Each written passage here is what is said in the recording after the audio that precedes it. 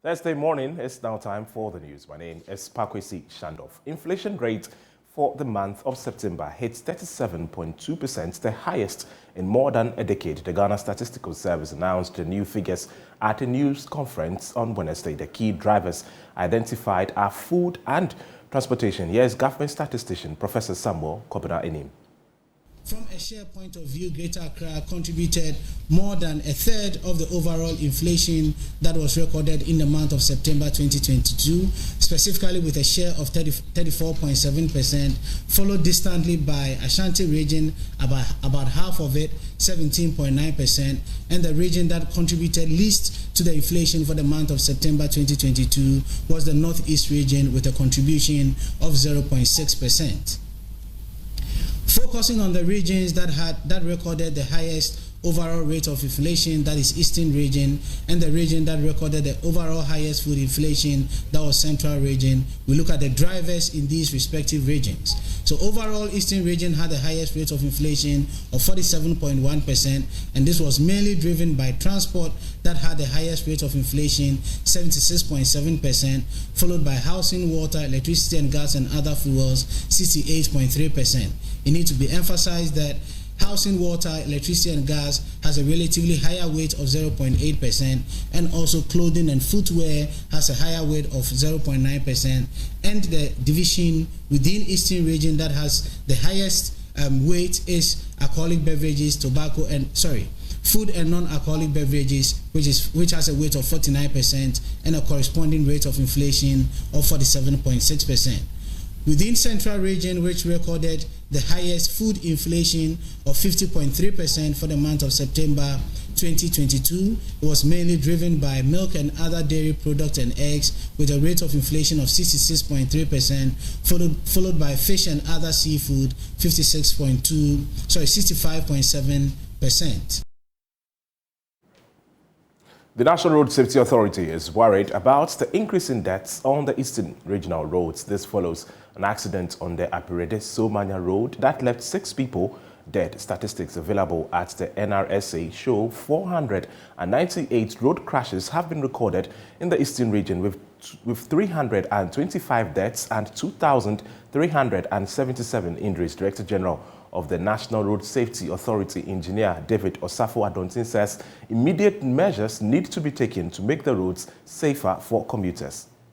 In terms of surfacing, it's not bad, just a few potholes here and there. The line markings are all there, but the crash barriers are missing. In any normal standard road of this nature, you need crash barriers so that areas where you see the embankments can be protected, because anybody could fall a victim. You can have a tire burst, your brakes can fail. There is only one thing that can save you. That is if the crash barriers are there so that it can hold you whilst you prepare yourself to maneuver back into safety without falling into the digs. I'm told where we are now has taken a couple of vehicles crashes, and if you look at the terrain, indeed in a curve and also in descent, it's really a big issue. So we are assessing. We'll go back and think of what to come and do in the interim. Crop pests can hugely impact yields and result in post-harvest losses. Fumigating, however, can be daunting, especially for large farms. The Technology Consultancy Center of the Kwame Nkrumah University of Science and Technology has therefore come up with a tractor-mounted sprayer. On Tech Thursday, Lab FM's Kwesi Deborah speaks with the innovators who have also developed a mechanical cocoa pod breaker. My name is Asaya Kumia Michael, a mechanical engineering student of KNUS. My name is Mikel Mubarak Akakpo, mechanical engineering student KNUS. My name is Benjamin Donkobwa from the mechanical engineering department in KNUS. My name is McDaniels Adinote Aflo, an agricultural and biosystems engineering of KNUS. And we've been able to design a glucose splitting and beans extraction machine as you can see here.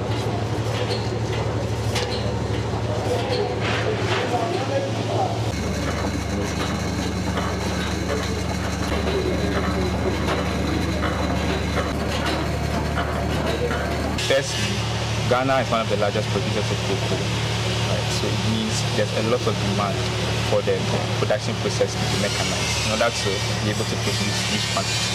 Okay. But unfortunately, in the farm, we use Aflatoxins to break the cocoa pods, right? And that is very inefficient and dangerous. So because of designing a machine that could still break the cocoa pods without using manual labor. So as the name goes, it's there basically to extract the beans from the cocoa pods. So it uses two processes. You first cut the cocoa pod, that would break open the husk in the cutting chamber. Then secondly, do the second stage of the machine's operation, where you beat the beans out using the rotating.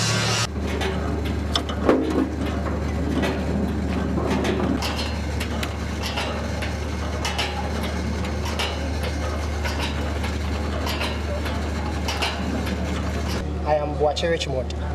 My name is Enchi Eric. Petia for Alberta. And we fabricated a tractor-mounted sprayer.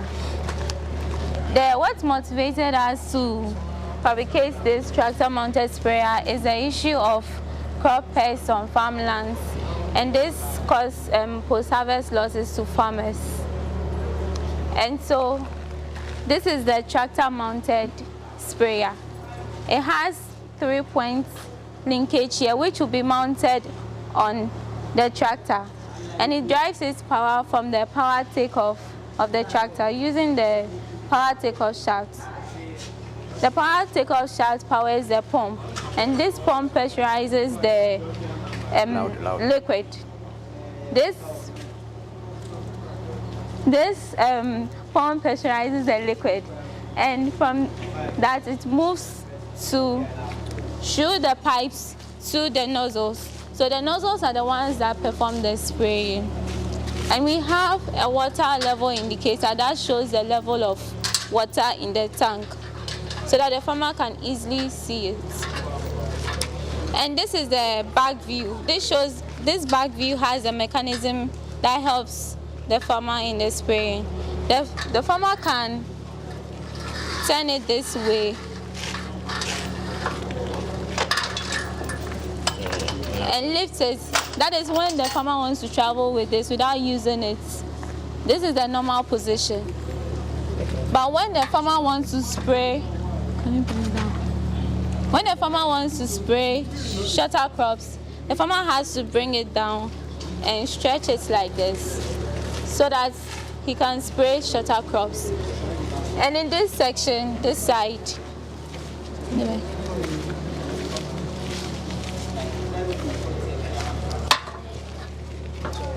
this section, the farmer can lift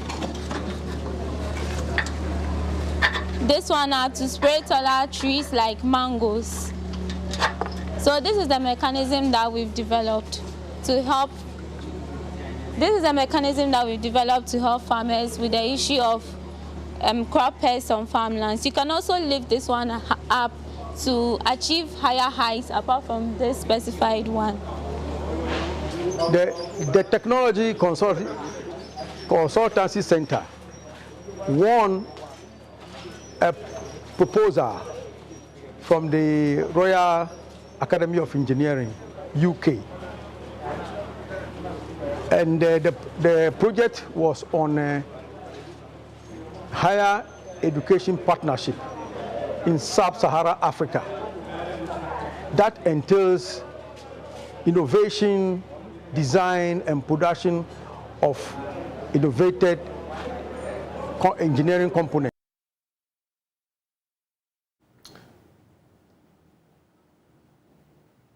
The Techiman Municipal Girl Child Coordinator, Ellen White, has reiterated the need for government to scrap the 20% tax on sanitary pads as it remains a contributing factor to the increasing number of teenage pregnancies among school-going girls in the area. She made this call during a program to commemorate this year's International Day of the Girl Child. And Asabet has details in the following report.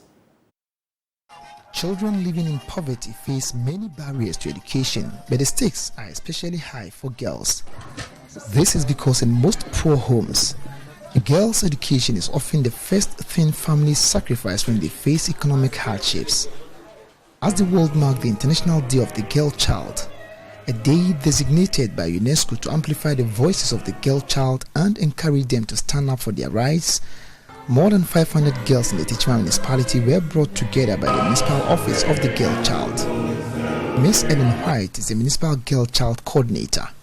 Today we are celebrating our girls, and the focus is to draw attention on the challenges that the girls face and how best we can promote girls' empowerment and fulfillment of their human rights. She bemoans some of the challenges girls within the municipality are being faced with. Key amongst them, according to her, is the inability of girls to afford sanitary pads due to its cost, adding that the current situation is contributing to the rise in teenage pregnancies in the area. When we get them sanitary pad, I think it will be able to do away with a lot of issues happening in the municipality, especially when it comes to teenage pregnancy. A lot of our girls are pregnant because of sanitary pad, thanks to the sanitary pad. Oh yes, so I'll have to go to a man for money to buy sanitary pad because my parents are not buying it for me. And at the end of the day, the man takes advantage of me. So I'll become pregnant if I'm not fortunate. She however appealed to government to work towards scrapping the various taxes imposed on sanitary pads to make it affordable for teenage girls. The scrapping of taxes on sanitary pad is something that we all pray for. It will be the good news ever to our ears. Because when it was 5 cedis, our girls were not able to buy. How much more now that they are buying at 10 Ghana cedis? So I think something must be done about that. We have to have a second look at that. We wish it would be tax-free. Municipal Director of Education John Kweju Amisa expressed worry at the abuse of social media by girls, a situation he says has the tendency of affecting their education.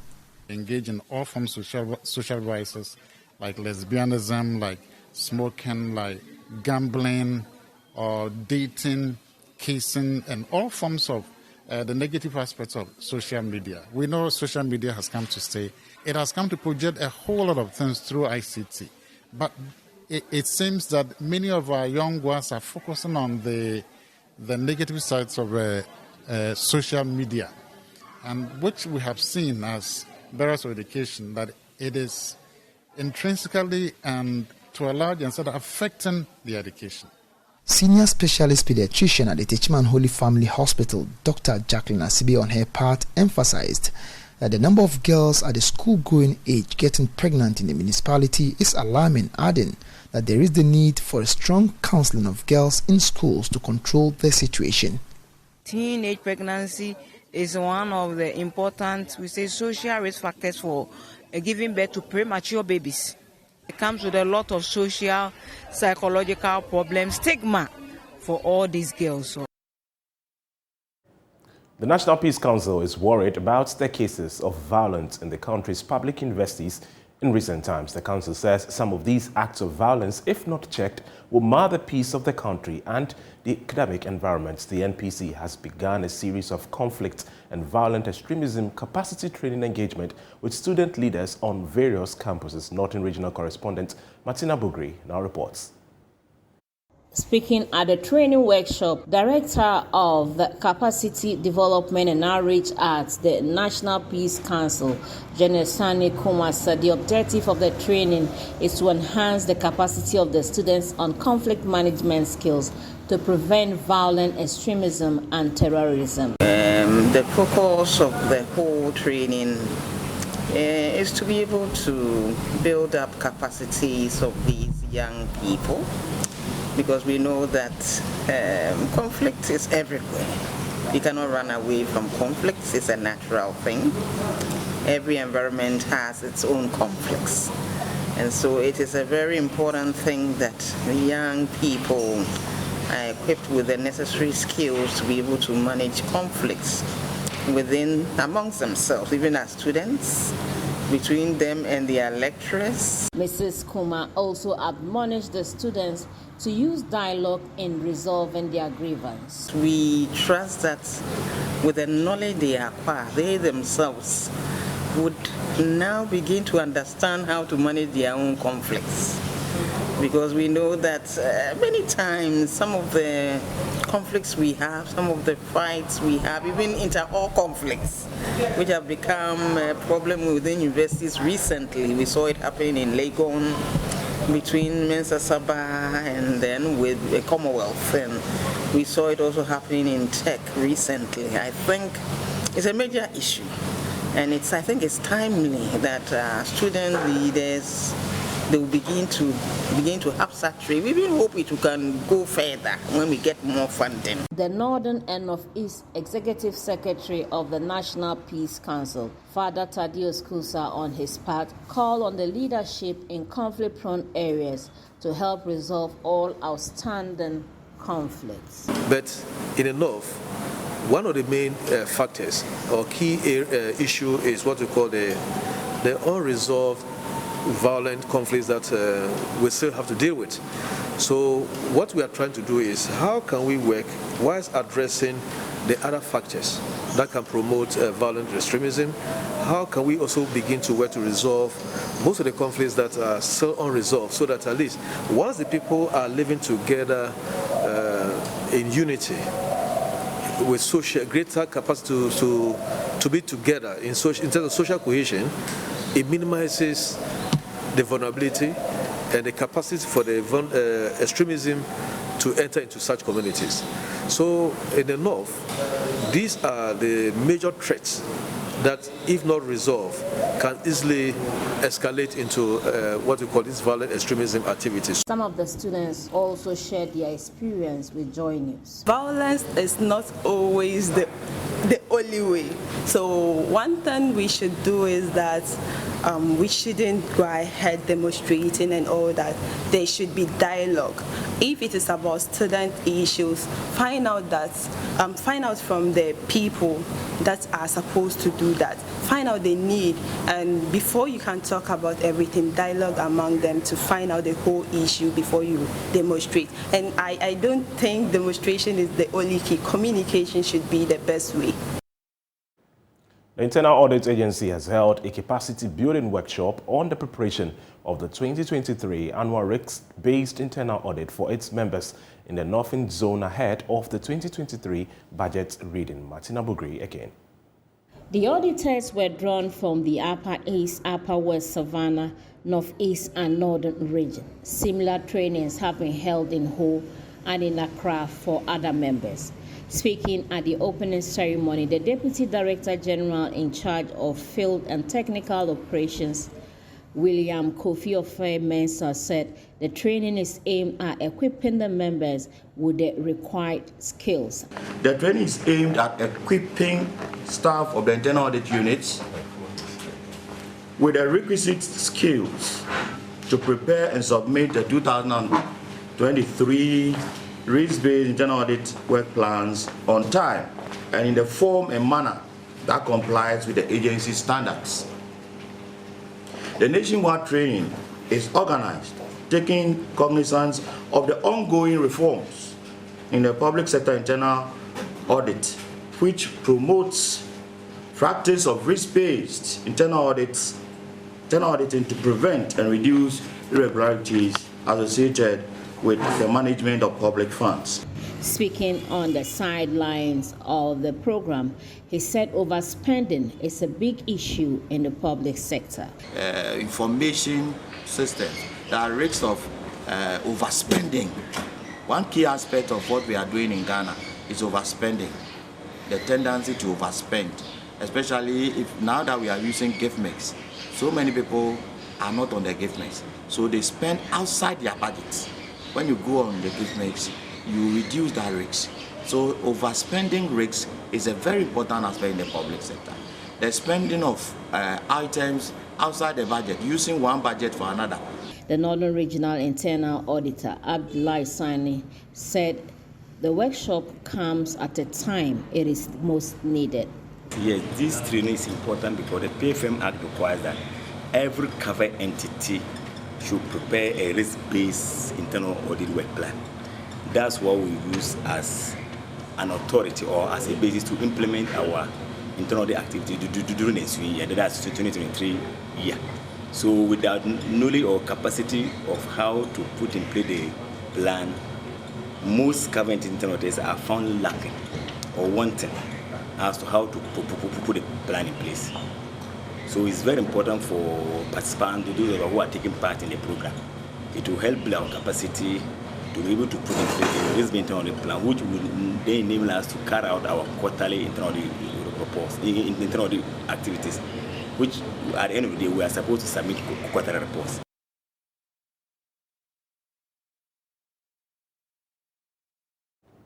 That's all on the news this morning. My name is Pakwisi Shando. For more, log on to www.myjoyonline.com, and I'll leave in the company of Benjamin Akakpo and Bernice Abu-Baidoo, Lansah.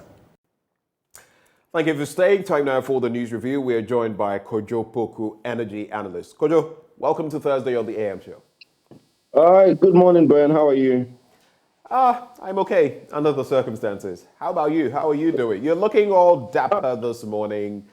Well, I always have to make the best for you. When you call me to your show, I have to look my best, Ben. I can't just show up on Ben's show looking all scruffy. Bernice's and Ben's show. Definitely not. Definitely not. We're glad you take it this seriously. Well, Ben, I've seen that you started doing Ben's Bite, and I've been watching it. Yeah, so it's called Blunt Thoughts. Something is biting you somewhere. Why? What's going on, Ben? So it's actually called Blunt Thoughts, and it's just my reflection every week on, you could call it the state of the nation. You could call it some of the things that really get me thinking about our national life and why some things are not moving the way we figure they should. So yes, how do you find them though? Well, it's very good. It's very insightful, very passionate, I have to say. But then again, hey, that's why we live in a democracy. We all have a right to share our thoughts. And the good thing is that you are sharing them from your perspective, which is the most important thing. Well, thank you for the commendation there. At least it's come to your notice. Good thing. Let's get into some critical areas of our national life before we get into the papers. So we all know about the flip-flop of the Ghana cedi. I keep harping on that because day in, day out, I am interacting with business people. Yesterday, I was doing same, and this person was wailing, bemoaning the current situation because guess what? Now he can't even plan when it comes to his business. The imports he has to bring into the country, he can't even plan anymore because these are conducted in hard currency, the American dollar, the greenback, so to speak. And he has no breathing space. He doesn't know what the rate will be like tomorrow if he uses CDs to get, the dollar and all of that. What changes there could be on the market? What changes there would have to be on his product when he has to sell it when it gets to the market? And how he can break even and even make his margin to go for another batch, if you like it. It's become very problematic for this person. That's the first issue. Then, what you heard, I don't know whether you were watching right before we got on, Kweku Bako talking about Galamsey and of course the bit about those sex tapes and how some people cannot do what must be done because some of these Chinese have videos of them, and how we've ended up in this situation where fingers are now being pointed at people in this administration for being involved in Galamsey. Your quick take on these two matters, the cedi, Galamsey, and then we'll get into the papers. Well, in terms of the cedi conversation, it's a bit unfortunate. I have said that we are in a very trying times because the world economy is in bad state. But if you look at Ghana, we are behaving as if we are in isolation. The government has not, except I think some months ago, the finance minister came and said that 30% of CEO salaries and, some statement to try and make it look like the government is trying to do something to save the situation.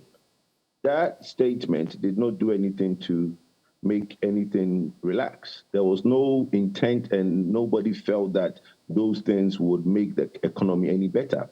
So those that are betting on the cedi are still betting on the cedi. Then we had the trumpeting of $750 million coming into the system. And those that were betting on the cedi felt that, look, the $750 million will not do much, so they will still bet on the cedi. And they were right. What you seem to realize is that today, the government of Ghana is the biggest consumer of Forex, not the private companies, not the Zamrama man that they want to arrest on the side of the road. We pay all our interest on loans in dollars. Most of the loans that we have to pay but we back, don't have a choice on that, do we? You go for credit yes, exactly. in dollars, So that's you pay why, back in that's why I'm dollars. saying that. That's why I'm saying that that is the biggest threat that we have in this nation today: the repayment of interest in dollars. What we get in terms of our trade balances, we export. So when we export, we do get some dollars. There is also the inflows of the transfers, the Western unions and all those inflows in terms of the remittances. Those ones come in, and we also get some balance of payment in terms of dollars as well. But the dollar is still stronger than the cedi, because the appetite for the greenback in this country is now at a point where I'm honestly scared, because this week we've gotten the 1.2 billion from the cocoa syndication. And if between now and the end of the month, that 1.2 billion for cocoa syndication does not break the back or bring back the dollar to the cedi around 9, I'm sorry, by February we'll be in the 15 cedis territory. So some have predicted we'll get there maybe by December. But do you think 1.2 billion suffices to bring us down to 9? We're already at 11.2. You get it at 11.4 in certain places. I mean, even when the 750 million Afrexim Bank facility came through, though it was not necessarily to shore up the cedi in that way, it couldn't do that. What will 1.2 billion do? Well, look, there are a number of factors that, like I said, the government needs to do. And I have always said that we need to start saving. You see, we are a broke nation. Whether we admit it or not, we are poor. Today, we are broke. You see, being poor and broke is two different things.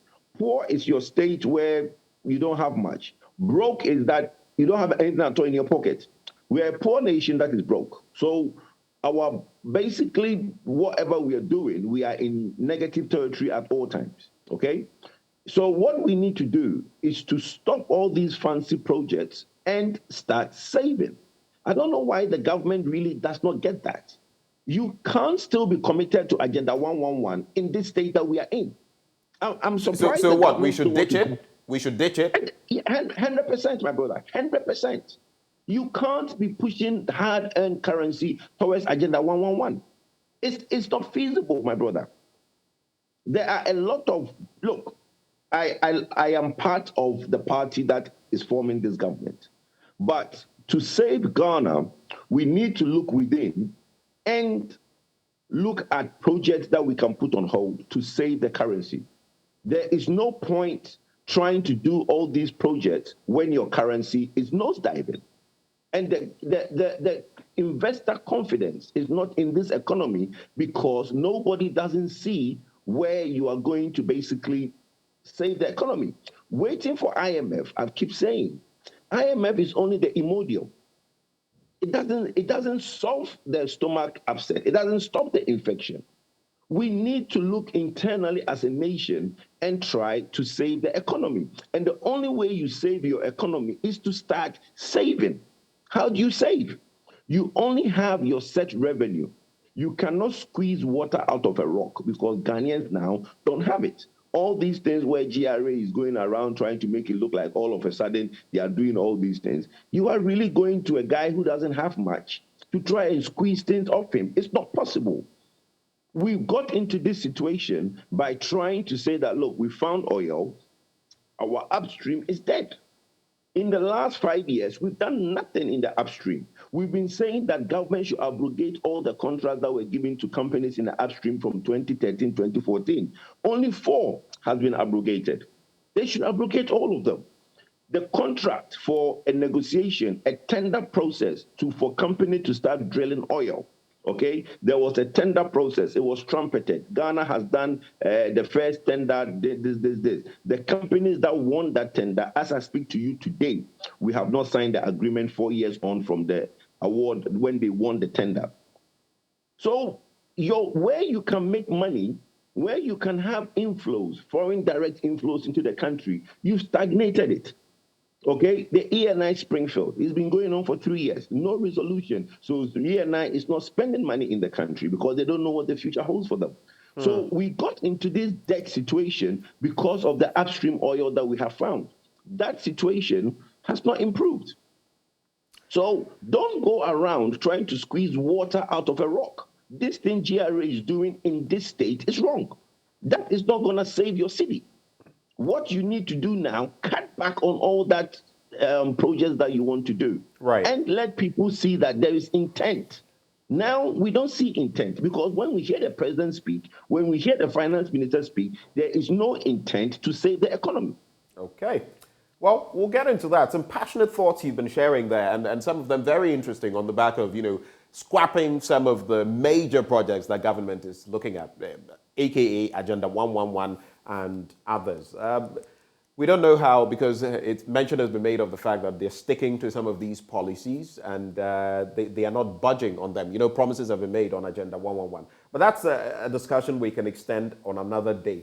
Let's get into the bit about illegal mining, but I'll situate it in the context of what the Daily Graphic says this morning. It says, illegal mining prosecutions, 187 jailed in Eastern Region, 250 people on trial. This is from a document that I read, of course, the Attorney General in there, that I read, I think, some 2 days ago when we had a conversation on this. But the story says 187 people who engaged in illegal mining, aka galamsey, in the Eastern Region have been sentenced to various terms of imprisonment since 2017. The Attorney General and Minister of Justice, Godfred Dame, has disclosed. Besides, 250 people are currently standing trial for their alleged involvement in illegal mining in the region. Of course, the AG is also calling on, the courts, especially when some of these people were jailed under a previous act, when in fact there's a new act which should have given them stiffer penalties, and he wants that to be brought to bear on them.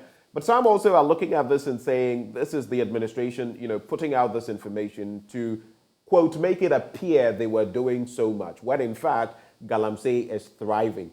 Weave that into the fact that there is Akonta mining that we are all talking about, which the OSP is looking at, tied to Ashanti Regional Chairman of the MPP. Then, in recent times, the names that have been mentioned in the Western Region, the Western Regional Minister, the Member of Parliament for Takwa and Suayim, the MCE for that area as well. All of these people being pointed to as galamseyers, so to speak. Quick reactions.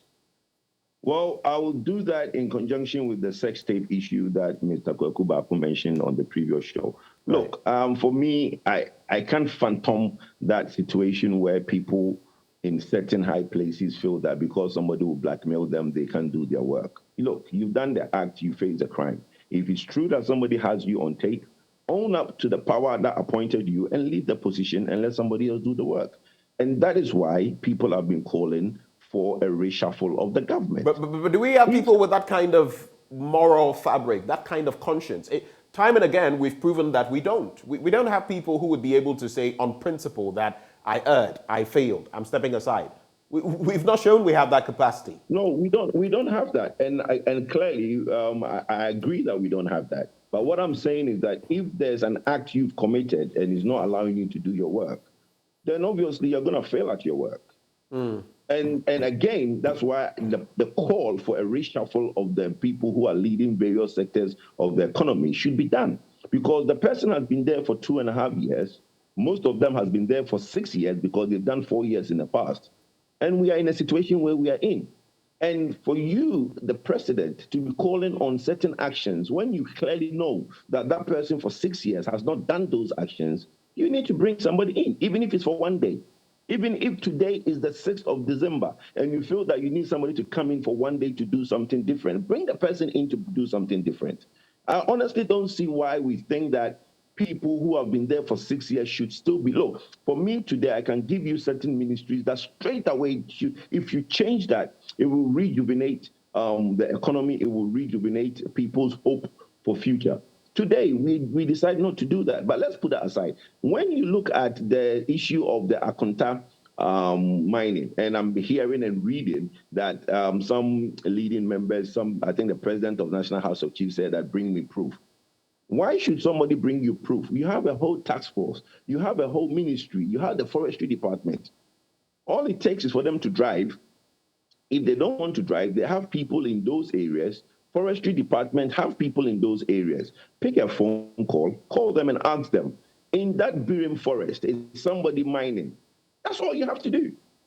Why are you asking us, the public, to bring the proof when you have people situated in these areas that can tell you what is going on in those areas? When people want to do their inaction, they try to now act that bring me proof. You can investigate and get the proof if you want. Okay, so look, I have said that in terms of jailing, we need to change the law to incorporate equipment owners as well. I believe that that will go a long way to stop the galamsey. If we change the law so that the equipment owners who send their equipment to do the galamsey are also culpable and they are also jailed. Nobody who owns an equipment will allow their equipment to go into the areas to do I think I agree with you on that one, because then you would know that if it's not just your equipment that will be impounded, you will face criminal charges. Yes, it's not just about making money. Yes, exactly. Yes. 100%. Because I think two things should happen. One, all excavators should be tagged so that at any point in time, all the excavators in this country can be tracked. Okay? So we need to, at the minute all excavators arrive in this country, we should tag it and we can track it. Because clearly, the issue of galamsey has become the way it's become because of excavators. When I used to go to Nananko 15, 25 years ago, they used to do galamsey, but they were doing it with hoes and cutlasses and small thing in the backyard. That was what they were doing. Now, with excavators, they are able to now do damage to the earth that you couldn't do with your bare hand and what the local people were doing 25, 30 years ago. So my point is that we should change the law to now incriminate the equipment owners and also tag all excavators in the country so we can track them. Quickly into other stories, but this one on the front page of the Daily Graphic, I just want us to take a look. This Tata truck with registration number GN376316 has been abandoned on the bypass from the Graphic Communications Group Limited head office to Accra Brewery Limited. And the Daily Graphic is amazed, it says, that such a vehicle could be abandoned for so long with no effort being made to remove it. As things are, it is causing a lot of inconvenience to other road users. I mean, it goes on and on, but you see, some of these matters, they just beat my imagination, beat my mind. It has been there. It is a road hazard. I always go back to what happened to Ebony Rains. Now, we've lost her because some person decided whatever construction they were doing, they left a huge clump of sand, pile of sand on the road. In swerving it, we lost a life. We lost a precious life. I mean, take away everything else she was contributing to our music industry. I see so many of these when I go about town.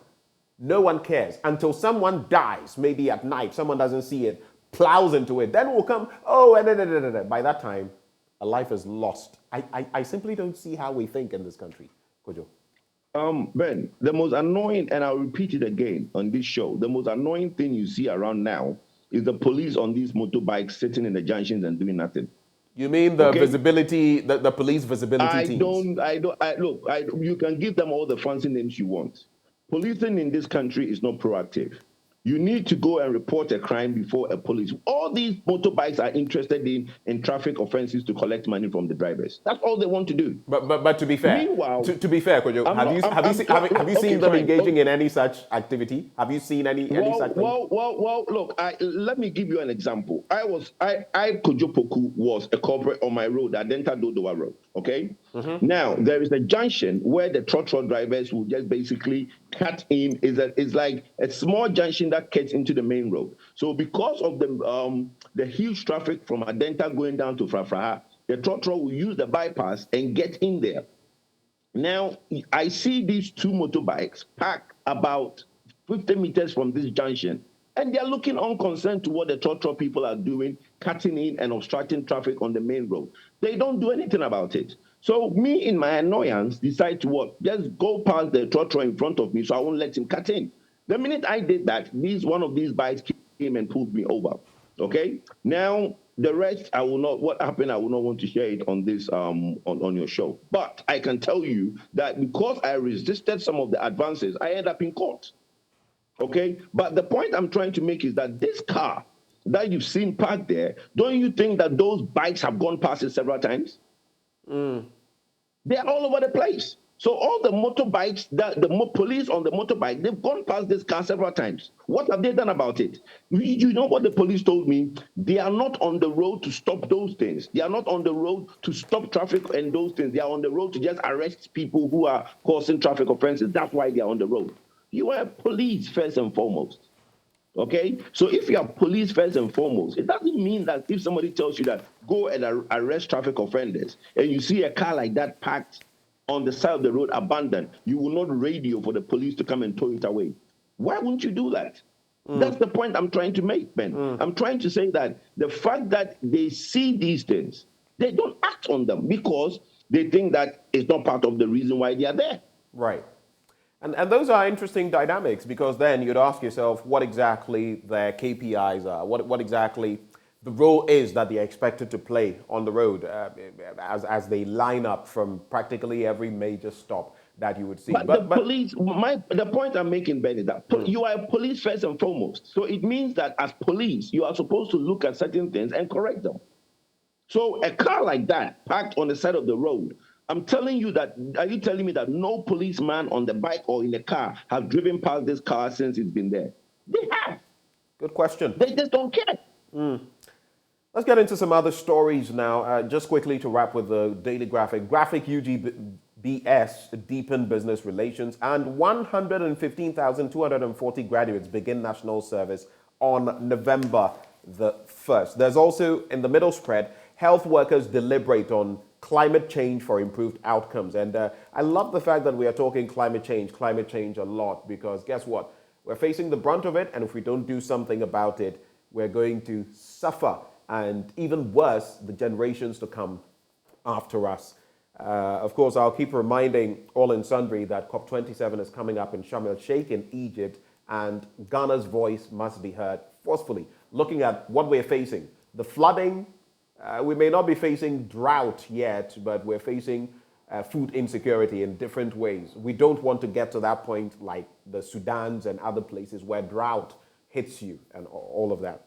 Help influence national development. Former President Kufuor urges media. He's pictured there with Albert Kwamina Jumfor, the president of the GJA. And this interesting one on page 25. Policy on aflatoxins control in food and feed launched. And a national policy on aflatoxins control in food and feed has been launched to create awareness and build the capacity of agricultural value chain operators to produce raw materials devoid of aflatoxin contamination. Of course, we know what that can do. In 2020, about 3,453 people suffered from liver cancer, one of the commonest cancers among men, representing 21.1% of all cancers, on the back of aflatoxins.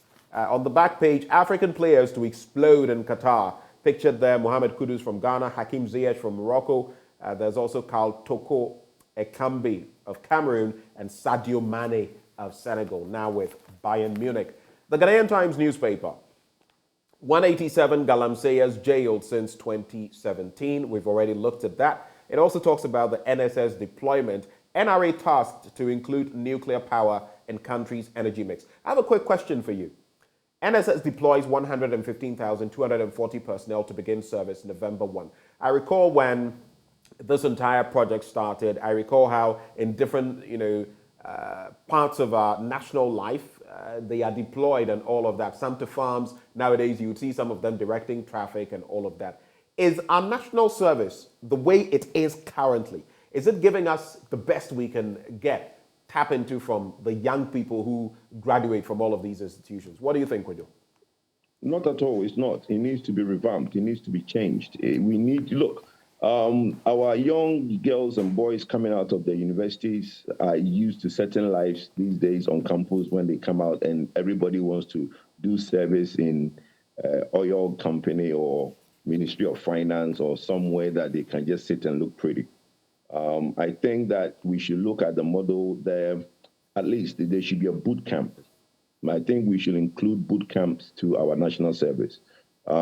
This year, national service has delayed. So even when you go to some of the ministries, because the force, the personnel that comes in makes up in certain areas, in some of the places in the ministries, you realize that they are stretched because the service personnel has not come in. But we need to structure service in such a way that when they come out, we have at least a 1-month boot camp and orientation for the youth, for them to prepare them for what they are coming into, because they are starting their life as it is. They are coming into the real world where they've left the comfort of school and now going to start work. They need to have decency, professionalism, urgency.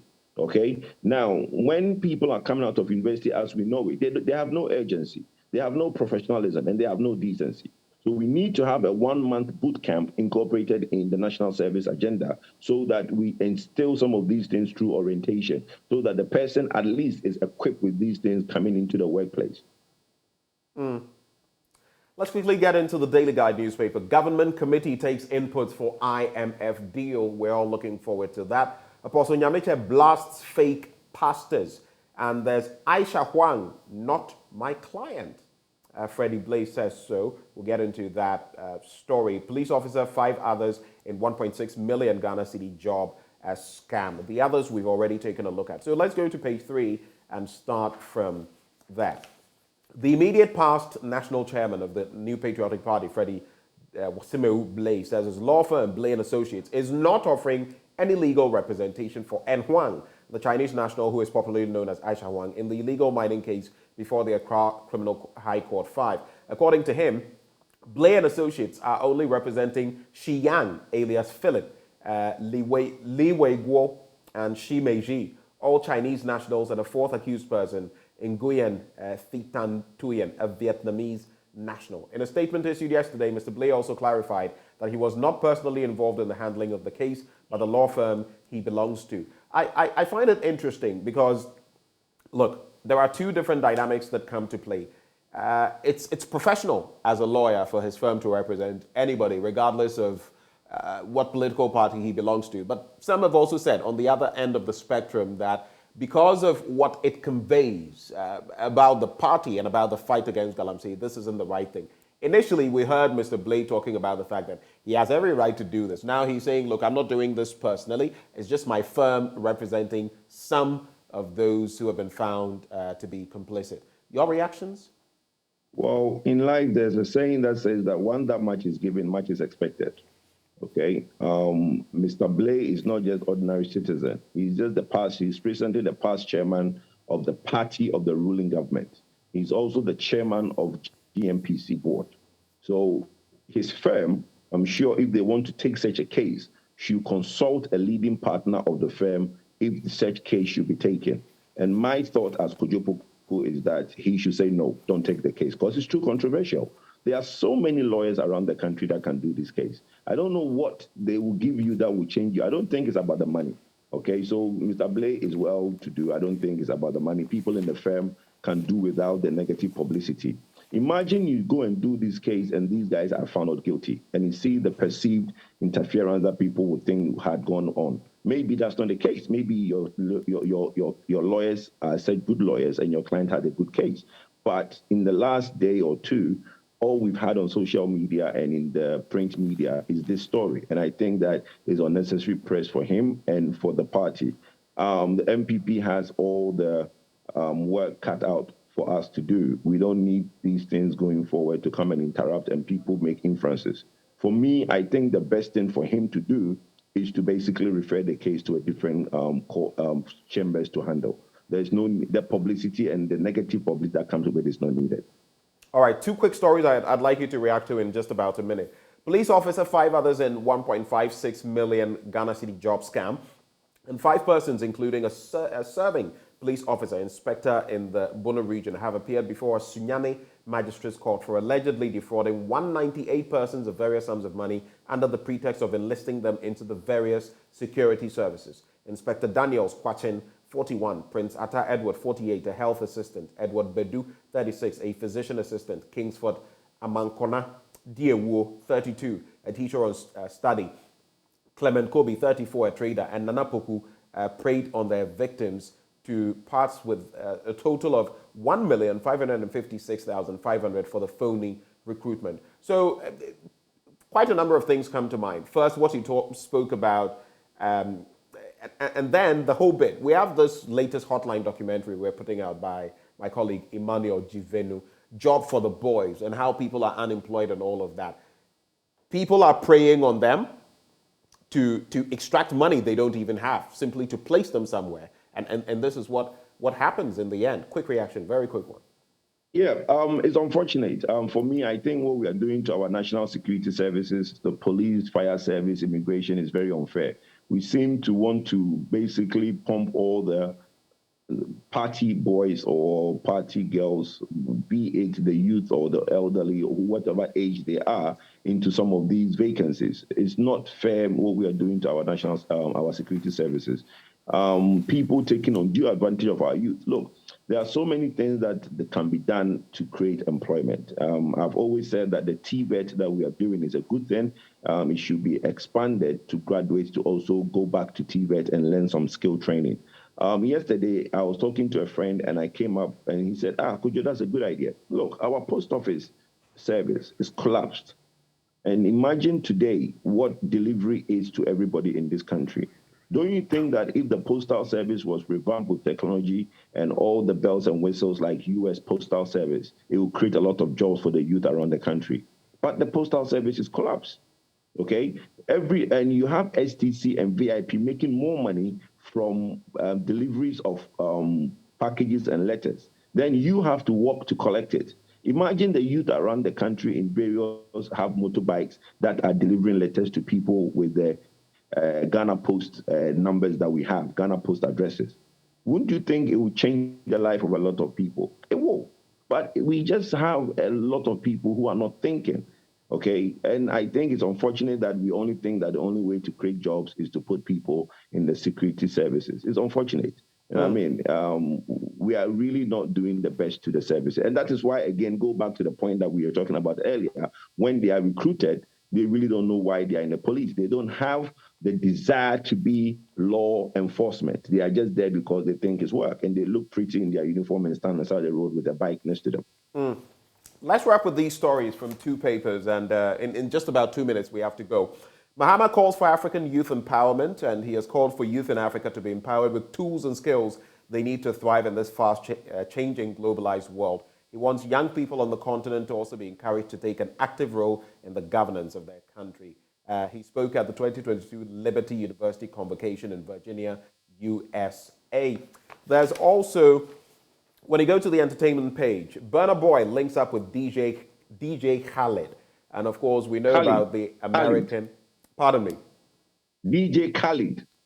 Okay, so in actual sense, the K sound doesn't come, but yeah, let's say DJ Khaled. So the American DJ has been spotted in the studio with Burna Boy. You should see the images here. Beautiful. I think Burna Boy is flying the image of Africa high, just as other artists are doing as well. Abiana promises fireworks at Zen Gardens, but this one, inflation hits 37.2% in September. The last I remember, in August, it was 33.9. So let me see, that's 3.3% that has been added on. And finally, tighten monetary policy further. This is in the Business Finder, and that is to restore price stability, IMF advises Bank of Ghana and central banks. Quick reactions to any of these stories, and it's a wrap. Well, Ben, when you always go with the way things are pronounced, you probably make a mistake. I don't know if you've seen the joke where somebody goes to America and they tell him that San Jose is San Jose, right? And he says, then I am in Honorary. And I was born in Hoon. Okay, all right. So, yeah, it's DJ.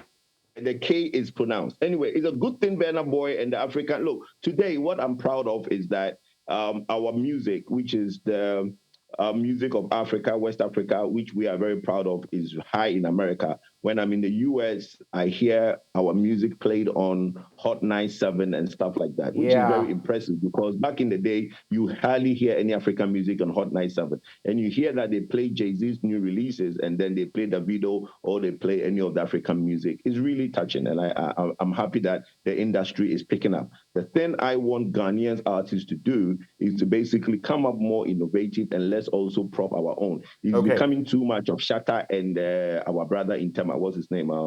Sarkodie. A lot of the high life stars are not metaphoring into the new. Lumba and Charles, what's the name? Charles something brought us the high life. You mean DL, Daddy Lumba? Yeah, Daddy Lumba and Charles, what's the other name? Charles something. They brought us the Bogger high life. You know, Ben Charles came Fosu. Is it not Daddy Lumba you're referring to? There's another Charles who was also a high life artist. You know, but they brought us the Bogger high life. That has metaphor. Now we should be able to move it up and basically make sure that it's born into. Now we are all looking at Amapiano and all those things, trying to bring in the South African rhythm into our music. But the African rhythm is also, the Ghanaian rhythm is good. I think, look, the monetary thing for me, we've talked about. We have to go, so this has to be just about 20 seconds. Yeah, my brother, I'd rather talk about music than talk about the physical policies. It's too much headache for me and you. Let's just. But a quick one. All right. The floods in Bawe, Tetegu area. I think I'm trying to help the MP and the people of the area to bring awareness and to also raise some funds for the people. You mean Honorable Tina? They need. Is it Tina? Yes, Tina Mensah. Yes, they need mattresses, they need rice, they need oil. So any businessman, any organization that can please go to their aid with mattresses, oil, rice, anything that can help the residents of the area will be very welcome. Thank you so much. I was there yesterday. You should watch, from around 7:30, 7:40 thereabouts, because we have a package that we're bringing on that specific bit. So do stay with us. But Kojo Poku is an energy analyst. We're grateful for your time this morning, sir. Thank you. Thank you, Ben. All right. Let's not waste any further time. Sports is up next. We serve you the very best. Do stay.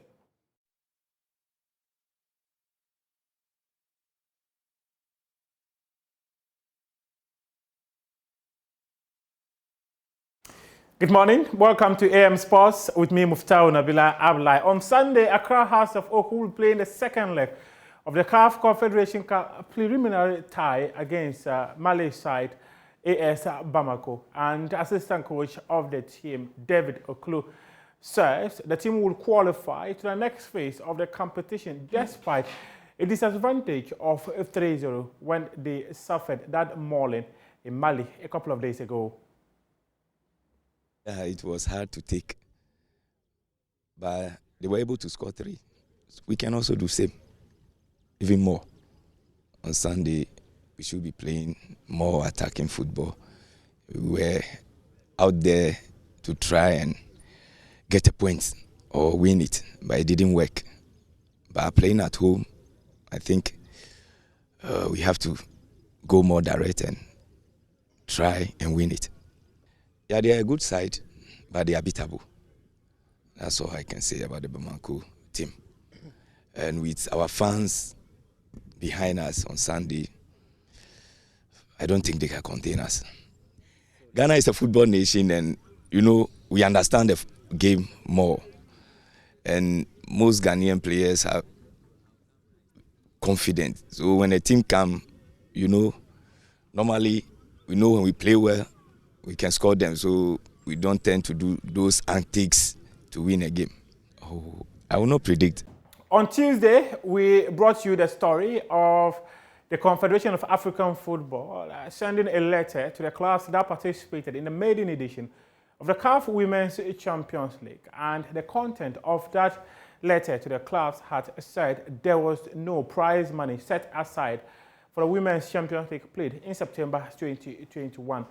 Ghanaian club Hazakas Ladies that finished second in the competition after losing the grand finale to Sundowns of South Africa insist that CAF must pay them some money for participating in the tournament. According to them, CAF had earlier promised to give them $125,000 for participating in the competition, but later CAF told them there was no money set aside. And the Chief Executive Officer of the club, Evelyn Nsia Asari, has been berating government for its lack of commitment to women's football. According to her, if government had supported the club, they wouldn't be in this dire financial situation. Their correspondence together, all the communication that we've had with them just after the tournaments, we want to put everything together. And then, mind you, we are pleading with them, even before we write to petition them. We are just pleading, we are pleading with the president. Even though we played with her team, they have money. Because my brother, about 2 hours to the start of the game, their players were promised $14,000 each. We didn't have any money. So it tells you that they have money. They have invested in women's football. We are using the little that we have to invest in women's football. I am quoting him. He said he's coming to develop women's football. But he's not coming to make us worse off. So we are just pleading. We are indebted. We owe so many companies. Because when we got the correspondence from them that they are going to pay us, they have requested for our bank deal so that the 4 players who injured along the way, we can operate upon them, which he has done that. So you can't come back to tell us that there is no money. Again, apart from the CAF issues, all playing 90 minutes. Why is it that Kotoko and Haas, when they are playing Champions League, we are speaking about hundreds and thousands of dollars? But when Hazakes was going to Egypt, we got only $20,000 from the ministry. I don't understand that. We all play 90 minutes. Interesting take from Evelyn Nsia Asari, Chief Executive Officer of Hazakes Ladies. Let's do UEFA Champions League now. Mohamed Salah, he came off the bench to score a 6-minute hat-trick, the first in the history of the competition as Liverpool is past Rangers. Barcelona are on the brink of group stage exit for a second successive season after being held to a draw by Inter Milan in a 6-goal thriller. Also, Napoli moved into the knockout stages with a win over Ajax, and Bayern Munich also progressed to the last 16 after beating Victoria Pleasant. Here they come, the Bavarians, as they reach the knockout stages of the UEFA Champions League. Let's take a look at the fixtures for tonight in the Europa League as the likes of Arsenal, Manchester United return to action in Europe. And it is Glimt versus Arsenal. PSV Eindhoven will come up against Zurich. AEK Larnaca versus Fenerbahce. Dynamo Kiev versus Rennes. Real Betis will play Roma. Razgrad will play Helsinki. And FC Union Berlin will play Malmö FF. These are the fixtures for the Europa League for tonight. Manchester United will come against Omonia Nicosia. Real Sociedad will play Sheriff Tiraspol.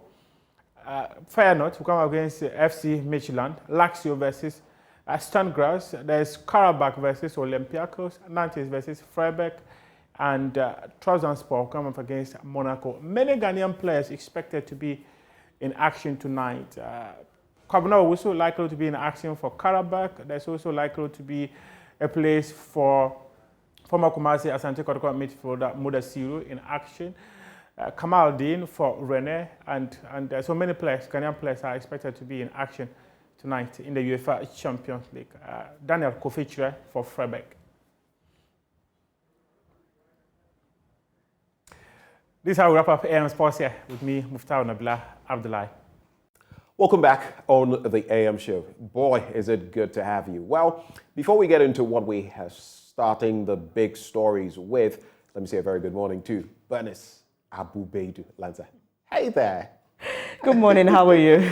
I'm very well. So, Bernice, yesterday we went back to the Weja Tetegu community to see how life was shaping up for some of those who were in that community, and very interesting it was. We'll be bringing some of those interactions to our viewers shortly, but from what you heard, some of the historical backgrounds and everything that were brought to bear by a former assemblyman, a unit committee, chairperson, opinion leaders in that community. What did that picture paint for you?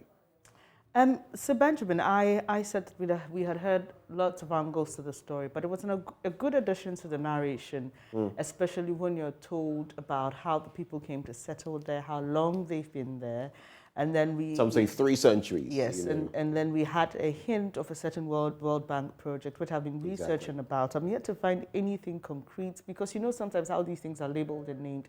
And so it would be good to speak to authorities there to get specifics that will lead us to proper research. But I've been trying to do my own research digging around that issue. And understanding of the subject. And then also the issue about the estuary being blocked. That is a very problematic one. You know, there's an interesting bit at the very end of this.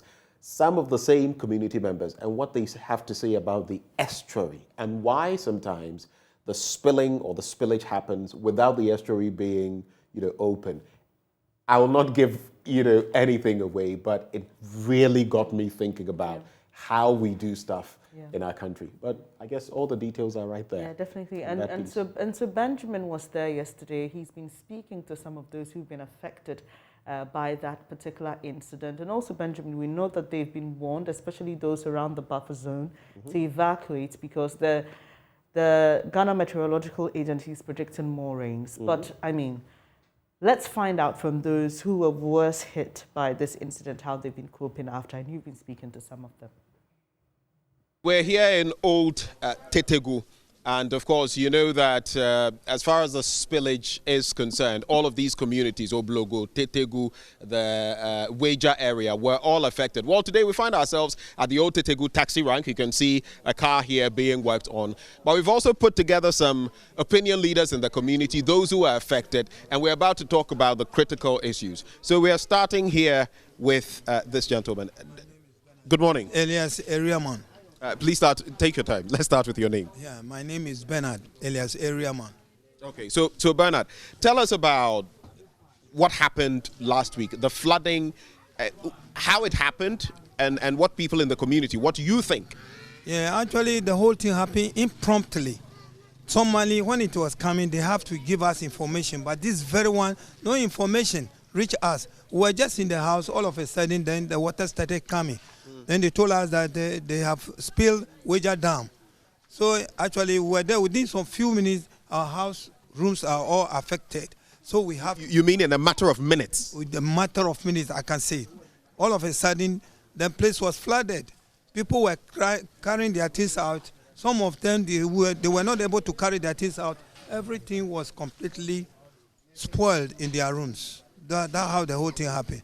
But the most important thing we wanted from the government is that whenever they are going to spill, they have to give us information. And then they marked to the seaside to see whether the place which has been blocked with the sun will be open, so that when they spill, it can pass through there straight to the sea and will not be affected. That's the most important thing they have to do first. They have to watch all over there and see whether the place is locked up, Botiano, is open. Then we can see something better. So you're saying that we hear that in April, they made mention to you, the Ghana Water Company Limited, there was a spillage then. But you're saying that in this instance, there was no alert? No alert at all. They didn't inform us anything. The water just started coming, just like that. After this happened, now at least the flood waters have receded. We went deep into the town and realized that some places you would see that the bottom part, I think you can even see from here, where the watermark. What has been the impact of this on this community? No, actually, we were very, very worried. We wanted the government actually to come in our aid to help, to see how we can. Because when we went far to ask, they said this place is a waterlogged, and then it's what they said they call the place. This place is just for birds to be rearing birds all over here. So it means they don't bother us at all. But when it is time for voting and other things, they bring their balloting boxes, very big ones. Then we vote for them. Even when it happened, our main woman who is supposed to be the MP to visit us, he never visited us. You're talking about Tina? Tina. He never visited us to see what is actually happening. So we are just there like that. Interesting comments coming through from an opinion leader. Please let me just sit in between you and also bring in my brother here, Mr. Bomita, right? Yeah, okay, so Achuk Bomita, thank you for joining the conversation. For you, what do you think about everything that happened here. And since it happened, what was the impact? How have you been coping? To be honest with you, we've been in this for, let me say, for decades. How long have you lived here? I've lived here for the past 30 years plus. And the last time I noticed this was 1991, the first time, which was very serious. People were out of the place because they were informed that the dam was going to be spilled. And, you know, they would find a way to evacuate, you see. And sometimes where around 97, you know, it used to happen. But by then there was, some sort of coordinating between the Ghana water and the community. Right. You see, they do bring their vehicle and then sit with the opinion leaders. And at the end of the day, the opinion leaders also relay to the community. And then, you know, what we have to do, we do it. But this time around, it was so serious. And, you know, for all you know, Ghana Water has given meters to people living here. We are all connected to the, what do you call it, Ghana Water Company in this thing. And therefore, if there is anything, we are customers. The customer is always right. They have to, deal with less like customers. But they can't just build it and then, you know, everything come to a halt. There was no business. Cars could not move. People were, you know, stuck in their rooms. We have to use the canoe to evacuate some of them, which was bad. Should this happen again, how will you be able to cope? I don't think it should happen again. But you know, they've told us that if the rain continues heavily in the eastern region, it will also mean that once it shoots up to capacity, the Wager Dam, they will have to spill again. How are you going to cope? Well, as we manage to cope with this, I know when we get there, we cross that one too. All the way across that bridge, entering this community, was flooded. In fact, if you had to come into this community, you would have to use a canoe. There was no life here. No one was going out. If you had to move, you had to use a canoe until after some days, the waters had receded. And that is where, as he was pointing to, this is where the cooking was ongoing. This is where members of the community, we brought you some of that footage when the flooding happened. And you can see some masses of wires and, you know, I think copper and all of that. This is where the cooking happened, just to keep body and soul together for members of the community. Now, you can even look at this wall right here, this green building. You can see at the bottom, the watermark. That is what the flooding did to this community. No one could come out. Basically, if you were inside, you were trapped. And you can still see, at least in this direction where the sheep are passing, you can still see that the place is a bit wet. That is what this community in Old Tetego had to go through.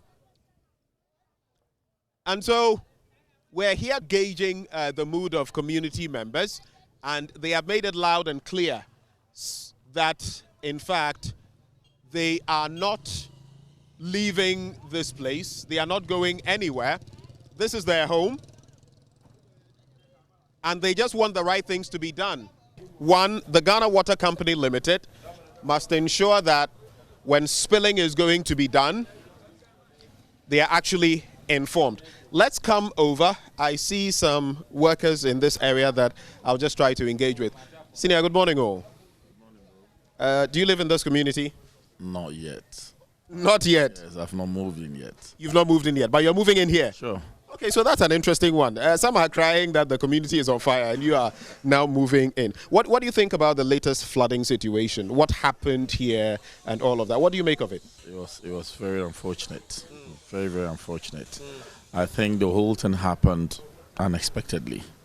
You know, normally when they are going to spill, they tell, you know, they inform the community this is going to happen. You know, for the past days, it hasn't been like this. I mean, past years.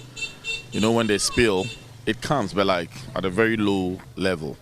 Yeah, but I think the last time this thing happened was in '92. about 33 years over, but this one was just too much. Yeah. So it happened unexpectedly. That's why a lot of people lost a lot of their properties, yes. But there are some areas that are high. It didn't actually get to anybody's room. But, you can actually come out and walk because of the level of the water, yes. So as you move here, I'm sure this is a concern for you. What is your plan? My plan is just to raise my building because I know the level, just in case in the near future anything like that happens. Yeah, I have a house here, but actually it wasn't flooded. Water didn't because it was raised. People that are very low, there were people that were more affected. Yeah, but people with the high raising ones, it's just the compounds. Yeah. I go from what I say. Inside the ninya me rented dynama obi no mo hanom. O man fa pin po inside the hanom. O man cry so o mabu nsu. Nti ya nyina ya ni ya nya hwi wo hanom. Yen protect yan ho ansa na nsu na ba. What I say. So o mabu nsu a o mo cry na so we die o man kra. Ye wo honom an o ma frɛ sɛ yen free kronum. Yen free kronum yen kwa hin o mo se o ma abi nsu no and do 1 hour time. He's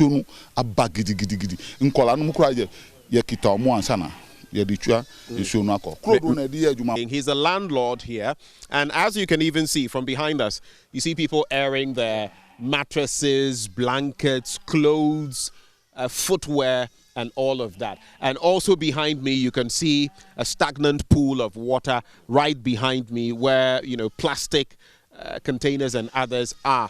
You can also see some mattresses being aired there. All of these are remnants, basically, what some people could salvage. But he was pointing out to me that right in front of me, where we just came from, they had to use wooden planks and others at some point when the waters had receded for them to be able to cross. But before that, the entire place was flooded. He says there was a fence wall all around here, broken by the floodwaters. He also mentioned to me that they were told just about 1 hour ahead of the spillage. So they were told, and in about an hour's time, the floodwaters hit, and there was nothing anyone could do. That those in this house, which he is owner of, could salvage nothing, not even a pin. Let's go into the compound house and find out what exactly the place looks like. So here we are in this compound house here in Old Tetegu, and you can see even from the mud and right behind me, you can see the scenes from there. This entire place was engulfed completely in flood waters as the spillage happened. Agofia, I'm here in this place, and if you look here, you see a number of books and even a laptop. Nothing was salvaged. These are the remnants. This is what is left. But let me engage this lady here who will be telling us more about what exactly happened. Morning. Good morning. What's your first name? Mede Belinda Ayi. Belinda Ayi. Na niema we ewa hei ayawdia. Pacha ebisu ye minwanum kumadia omina omukọ SHS ni ade. Ye books ni ade na say ye certificates mi kura mi set am we school ni na say. Ewa he. Mi we school ejuma ko Basin say na mi junior sister so we wo over time e wo voter. Ni set na say chese books bebre ye mpa ni ade bibia say. Nti nyema bi wo no ma wo se damage ni na nti sisi ani na asa beye ka e na menwanum kuma no so ebi ma bia school last week Friday no mo bia school so mo ko school but because of flood nearby ni nti no e wo so mo ina atwem because asaka ko yes ka sembiom nti sisi ano ye hwe de aban beye de aboa ye wofo ko sisi aska so ni ho e na sansem mo ina aban nti ye sra aban se e mo akakra no so wo de be boa ya wofo ama matumi ahwe menwanum kuma ene ye ina no omonfa mo akakra na skaka yeso ye won ne enfembo ati kaka mesume wo ameka no. So basically what she's saying is yes, she's graduated from SHS. She has siblings who are also in SHS, and these are their books, and this is what is left of them, and they are saying that they are in dire need and they need help. They need government to intervene because this situation is beyond them. They weren't aware of this spillage, and now they have to contend with this disaster that has befallen them. So they need help. That is the bottom line. But yenshe inti aha mihu dictionary. Ewo ahanomo 1992 Constitution. Ewo ha where you find there? Okay, so a copy of the 1992 Constitution is here. History book. Yes. Okay. And then we have a Longman dictionary, and then literature notes on, and then we have our laptops, also sports, mathematics, other stuffs. So we will seek the government to help us so that we can accommodate whatever that we've lost. So this is an Intel Core i5 computer, HP computer. What on about saying? Our uncle brothers, like, or if you are abroad nearby, like you see, I said now, we can't say the price for now, but I say, what we can say now is we need help. Moko says, and I'm over day, and I say, cry.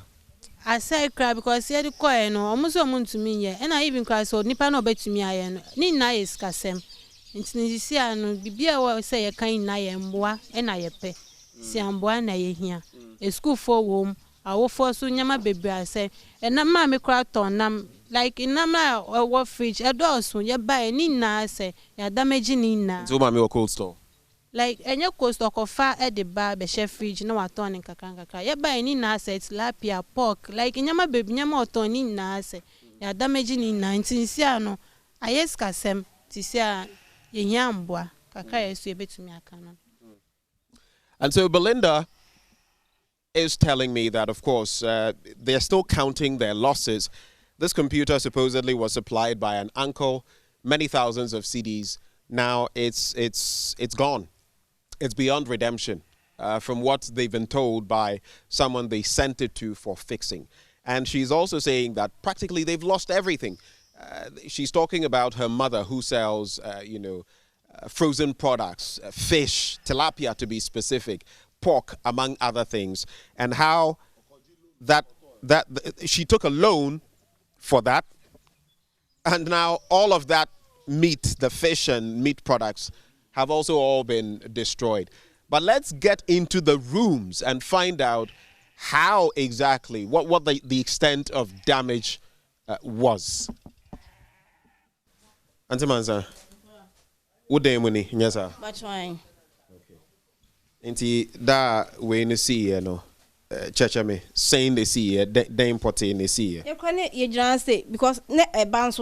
Eba wanti wope nti na ise na enim se betun aba inside nti ye jana me hu se ebuaba edanim nti ye mattress ni ade de je se na ipaje ne ma na enye yie enso no ene ba ye da ha nyina me dressing mirror I say wardrobe ni nyina asai enso na ayam ni nyina nse etutu glass no e sisi wo no e ha nyina TV ndia like ene ipaje de si esoro nti no TV ni pede ndia anka no fridge ni ade nyina nsu no ekọ ni nyina mu ehe nyina sisi a hwe bia yeda because mattress nyina asai yeda empa no so saa yeda empa no bia no so saa me hu se mo atoto mattress bi egu echi ho no mo what dey kan ho ni nyina asai ni nyina nsu nsina aye no ya hata kra enye nsu na sokin saa ye ni bibia enye yie sisi a we carpet e fofra ya koto kese nkola nda so saa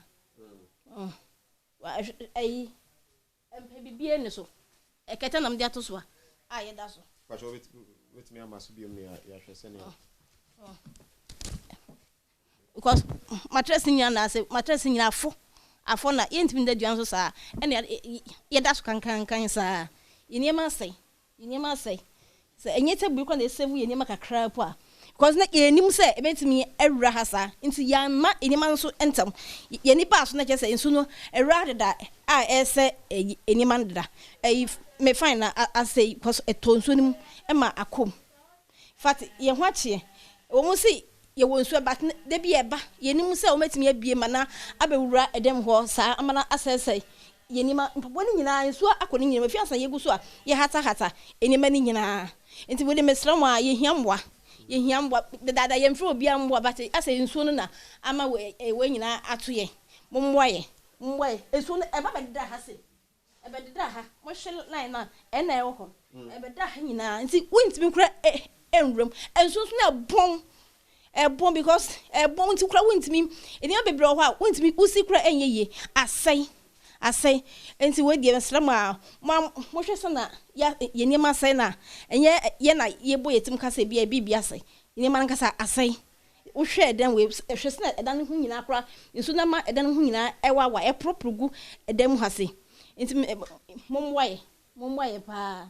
Mumway, when yaba Abashama and one dear, Miss Machine. Ah, machine in Sunina, Akukum, and say, and I say, into where they may sewing machine, Untimin Zubio. In so county, I just say you to need to go on to say you, say any you, send you ya to watch. Oh, Pacho Edin Nubium. Answer Mansa. So, Aunt Mansa here is telling me about, you can see the line where the water rose to. And she says it was totally unexpected because they did not think, it doesn't happen that way. They did not think it would get into the rooms proper. They felt it would just remain at the compound, you know, and they would be able to deal with it. Unfortunately, that didn't happen. It slammed into the rooms, and before they could say Jack, it was inside the rooms. There was nothing they could do, nothing to be redeemed. She was fortunate, like she mentions, that her television, because of that table there, they were able to prop it up, but everything else was consumed.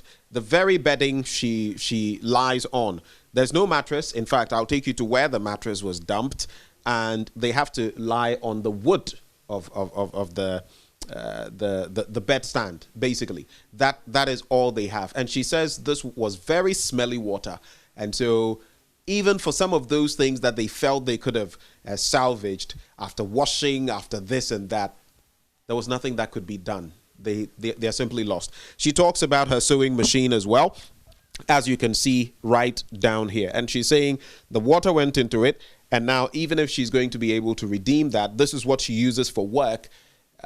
Basically, it might need a lot of work to be done on it. That is the situation with them here. And she's saying they need help. At Aunt Paulina's room, she wasn't spared either. Let's get into her room. Agovia.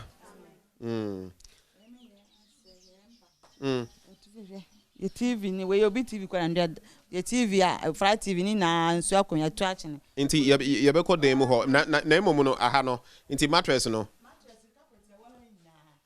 kwale books na ade asesa ni na tu egu we ya ndra na amanfo be che nkaka akakra bi eje ye bi da so we inside ha ebibia say say bibia yeah we ya ndra na amanfo ya soro fa odonfo ma adondom nkwale ya eja ye wo bibi anepeme bi da hye me kokro ni eni hwe TV bibia hwa adan sisi ewu adan won ba bia nso ni kwapeme ye bibia ye fridge bibia say fridge o so enso ntini edini na fridge nso asay o so enso nti andra ma on say da nkwafo mpa abasa mbato endo mbeto obi na ya na abochifo endo ma mbasa se gu a ye hu ne ye mfanye onti esem amondo me ye wa mande nkwale ekosku SS4 books na asay shwam tank ni nsu akokom onti esem mondo mbo ayen wa esem wa ne die mo en woman bi wa akwamumana na mihu secondary akwamuman SHS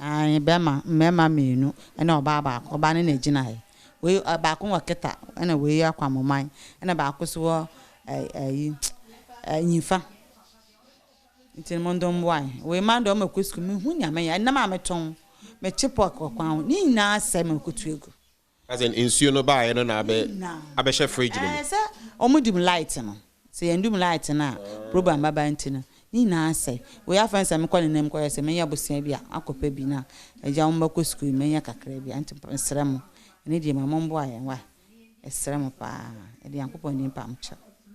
So Aunt Paulina, this is her room, and as bare as you can see it, they've lost quite a lot. They've lost quite a lot. And the simple point to be made is that the floodwaters came in here, took practically everything. For her, the most important bit is that she had a freezer that she was using for her meat business, pork, fish, and all of that.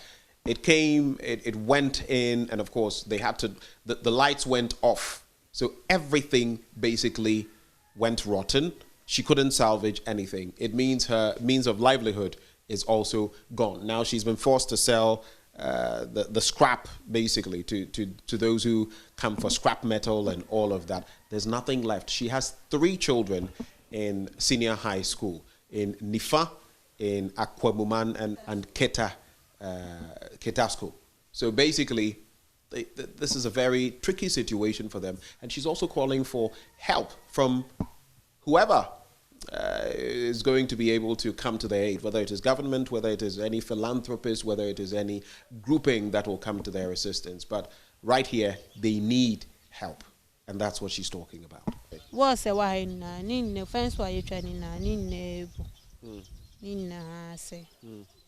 And I think if you take a look right there, you would see the wall, which actually has broken. So the point she's making to me is that they had to dump most of their property that can't be redeemed. They had to dump them right here. This water was not here. So they've been forced to, because basically the water had inundated the entire place, taken over the whole place. So they had to dump them here.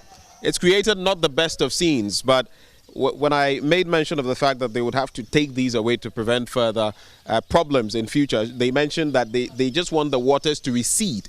And when the waters recede, then they will burn all of these items. But if you look right here, they were talking about the wall that got broken, the fence wall that got broken, as they put it.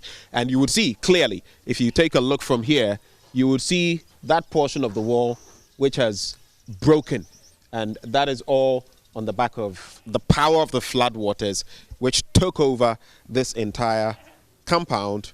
And this is the result.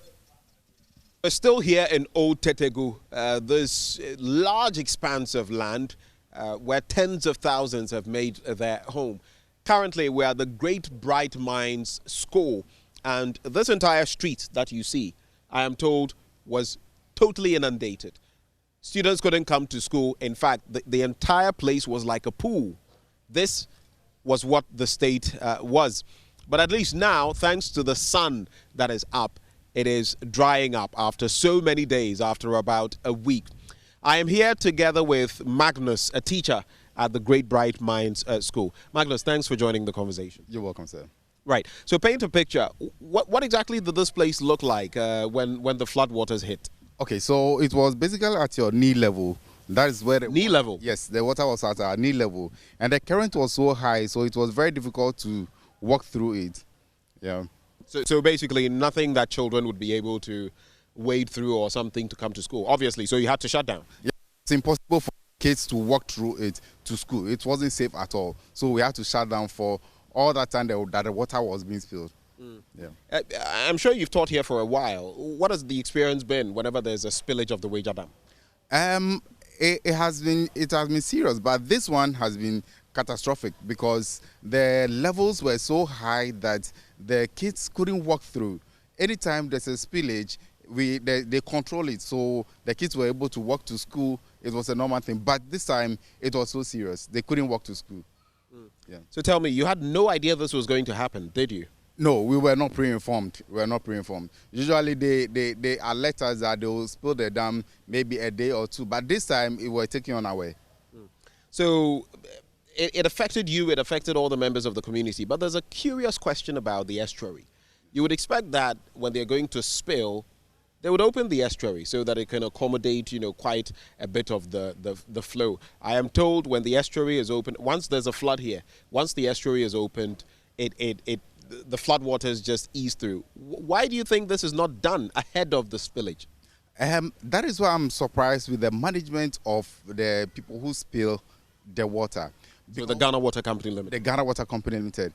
Because what I know is what they are supposed to do is that they are supposed to consult the chief priest at that location who has to perform some rites.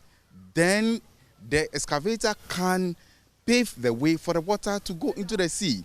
But this wasn't done. And anytime it's not done, that is when the water cannot flow into the sea.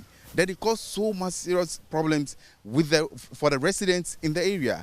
Okay, so if they were proactive to have dug the tunnel, consulted the chief priest and everything was done, it would have been very easy for everyone. Okay, and people are saying that this is no area for people to reside. It's not true. Okay, this area it's okay. Just that if the management of the spillage is done well, everything will be fine for the rest. So to cap it all off, how do we resolve this entire situation? The residents here say they have every right to be here. In fact, some of these communities have been here for over 2 centuries, 3 centuries, long before the Wager Dam. But right now, with the flooding situation on the back of the spillage of the Wager Dam, they feel hard done by. What do we do? We're going to proffer some solutions. We have an opinion leader to my left, an opinion leader to my right. We'll find out what solutions they have to proffer. Thank you for joining us. What's your name? I'm Joshua. All right, Joshua. From your end, you're an opinion leader. You are respected in this community. What is the way forward to prevent something like this from happening again? Someone died. Property has been lost. How do we prevent this from recurring? Okay. The MC mentioned the other time that they have to dredge the River Densu thoroughly. Yeah, I think if that is done and they spill the water, it will just go into the river. It will not overflow its banks and enter into the community. And aside that, they have to open the estuary because they know the level that the water is supposed to be before they start spilling. So once it gets into that level, they have to go and open the estuary. Once that is open and they spill the water, it will not come into the community. So they have to do that before even opening the dam. Because the government has invested so much into this community. They are putting up a hospital. They are putting up a school. We have electricity here, we have water here, we have 2 police stations in this community. So if this is not a place for us to settle, then why is the government investing that much into this community? Okay, so when it rains, we don't have any problem here until they spill the water from the dam. So I think Ghana Water must have some consultation with the leaders. Before they spill the water, they should be pre-informed so that we can act accordingly. So let me come to Mawenyega. So you've been with us right from the start. What are your quick solutions for as far as this problem is concerned? Yes, like Mr. Joshua rightly said, the river needs to be dredged so that it can get its normal depth, which is the 25 feet, which will not make the water to overflow its banks. And then we need to do embankment across the river as well. And then thirdly, they need to work on the estuary to make it a permanent place like the Kole Lagoon is. We need to work towards that direction because every year they will spill the dam, and then when the water is not getting access into the sea, it flows over into the community. And during that time, before they will be looking for money or resources to go and then open the estuary. And sometimes they get there and the chief priest around the area will refuse them access to go and open it, which normally causes a lot of... It is clear that this community needs help. And they, like I mentioned, they feel hard done by because when it rains, this is not a community that gets flooded. It's a slopey area, so the rain naturally tapers off. But they are saying when there's a spillage of the dam, that is where the problem starts. So a quick alert, letting the community know, the opening of the estuary and communication with the members of the community, especially its leadership, are key, crucial in stemming the tide of this problem. It is clear that we do not want to see this again. Members of the community don't want to see this happen again, recur.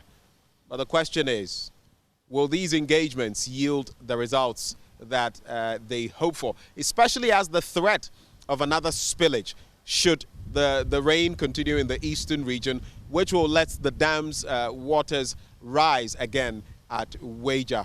Only time will tell. From out here in Old Tetegu, I am Benjamin Akakpo for JoyNews. Welcome back to the studio. It's now time to have a discussion on this. Like Benjamin said, there are many solutions that have been preferred. we are being told by the Ghana Water Company Limited that there will be a likely spillage, but the company is denying the allegations that it's to blame for the recent floods. And so it's just a back and forth. But what's the way forward? Because real lives are involved, people's properties are involved, and this needs to be fixed as soon as possible. We've been joined by Peter Kumo, who is MCE for Weja Gbawe. Good morning. Thank you for joining us this morning, sir. Hello, Mr. Kumo? Hello? Well, we appear to be having a challenge with Mr. Kumo's line. Benjamin, but the interesting thing about this issue of flooding and spillage is that there's something that appears to be happening globally. And I'm just looking at a story on VOA about Nigeria flooding, leaving more than 500 dead and 1.4 million displaced. Now, here's why I'm bringing this in, because we're told that one, I mean, it's a couple of factors: heavy rains and a spillage of a dam. Yeah. I think somewhere in Cameroon, somewhere in Cameroon. So there appears to be something happening, and we need to look at it. The weather pattern. They are obviously changing. That's why climate change is becoming a serious situation. I don't know whether you recall Pakistan earlier this year. Different countries have been affected, and especially on the continent, it's become a huge problem. And it's quite a number of things that we're grappling with. So climate change, some places are facing drought. Yeah. Others are facing flooding. Others are facing erratic weather patterns and all of that. And bottom line, it's disastrous for. And in the Nigerian situation this morning, I was listening to the BBC, and some places, they were grappling for the little food. And this wasn't even food they could, because their staple, they prefer gari and the rest. This person was offering them maize. People, there almost was a stampede. I mean, it's a terrible situation. Yeah, and that's where we want to get to. I'm told rather that we've been joined by Dr. Anthony Chumesi. He's a hydrologist with the Kumasi Technical University. Thank you so much for joining us this morning, Doc. Like Benjamin and I were just discussing, there appears to be a global problem when it comes to floods in recent times, and coupled with spillage of dams and natural rainfall. Obviously, spillage of dams caused by so much water coming in, so the need to spill. From where you sit, what has the pattern been in the past, and what are the changes that we are seeing? Well, good morning to you and our panelists on this show. I just thought, and I've spoken about some of these issues for quite a while. The issue about flooding, especially in terms of our dams and our reservoirs, actually come because of so many other factors. In the past, if you go seriously about how the reservoirs are constructed, the dams are made, it is based on the fact that most of these designs were done with the fact that the areas were not paved, there were a lot of vegetation, and as time goes on, people come to live around the catchment areas. What happens is that they actually impede the infiltration of water into the underground systems. And the process, they all come as runoff. So you definitely have the dams and reservoirs to be going up because they will exceed the capacity which they were designed. And indeed, if people will think, and as my colleague on the panel said, because of climate change, things are changing, and there are a lot of things which will happen. And because of the fact that you don't want to look at it in that perspective, we are still thinking that the rains will come and nothing will happen. The rains are changing in terms of the intensity. Intensity of rainfall is going high, and because of the areas are not are paved, and because of also the people who want to live around the areas, we're going to have some of these problems now and again.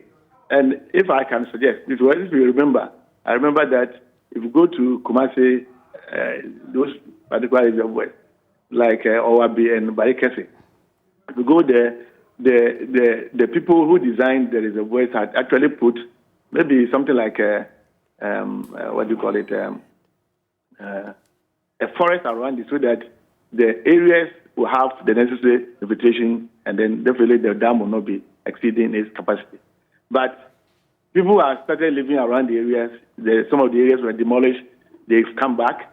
So you see that if this trend continues, what you're going to see is that you have the reservoirs reaching its maximum capacity. And in the process, and definitely they will also have to spill the water if it is getting to that particular height. Definitely they will have to. So those downstream of those reservoirs will have the challenge. So I think that we need to look at it from so many factors, perspectives, and see what we can do for us as a nation. Otherwise, you will sit down tomorrow, things will happen, and the change will not be there for us to see.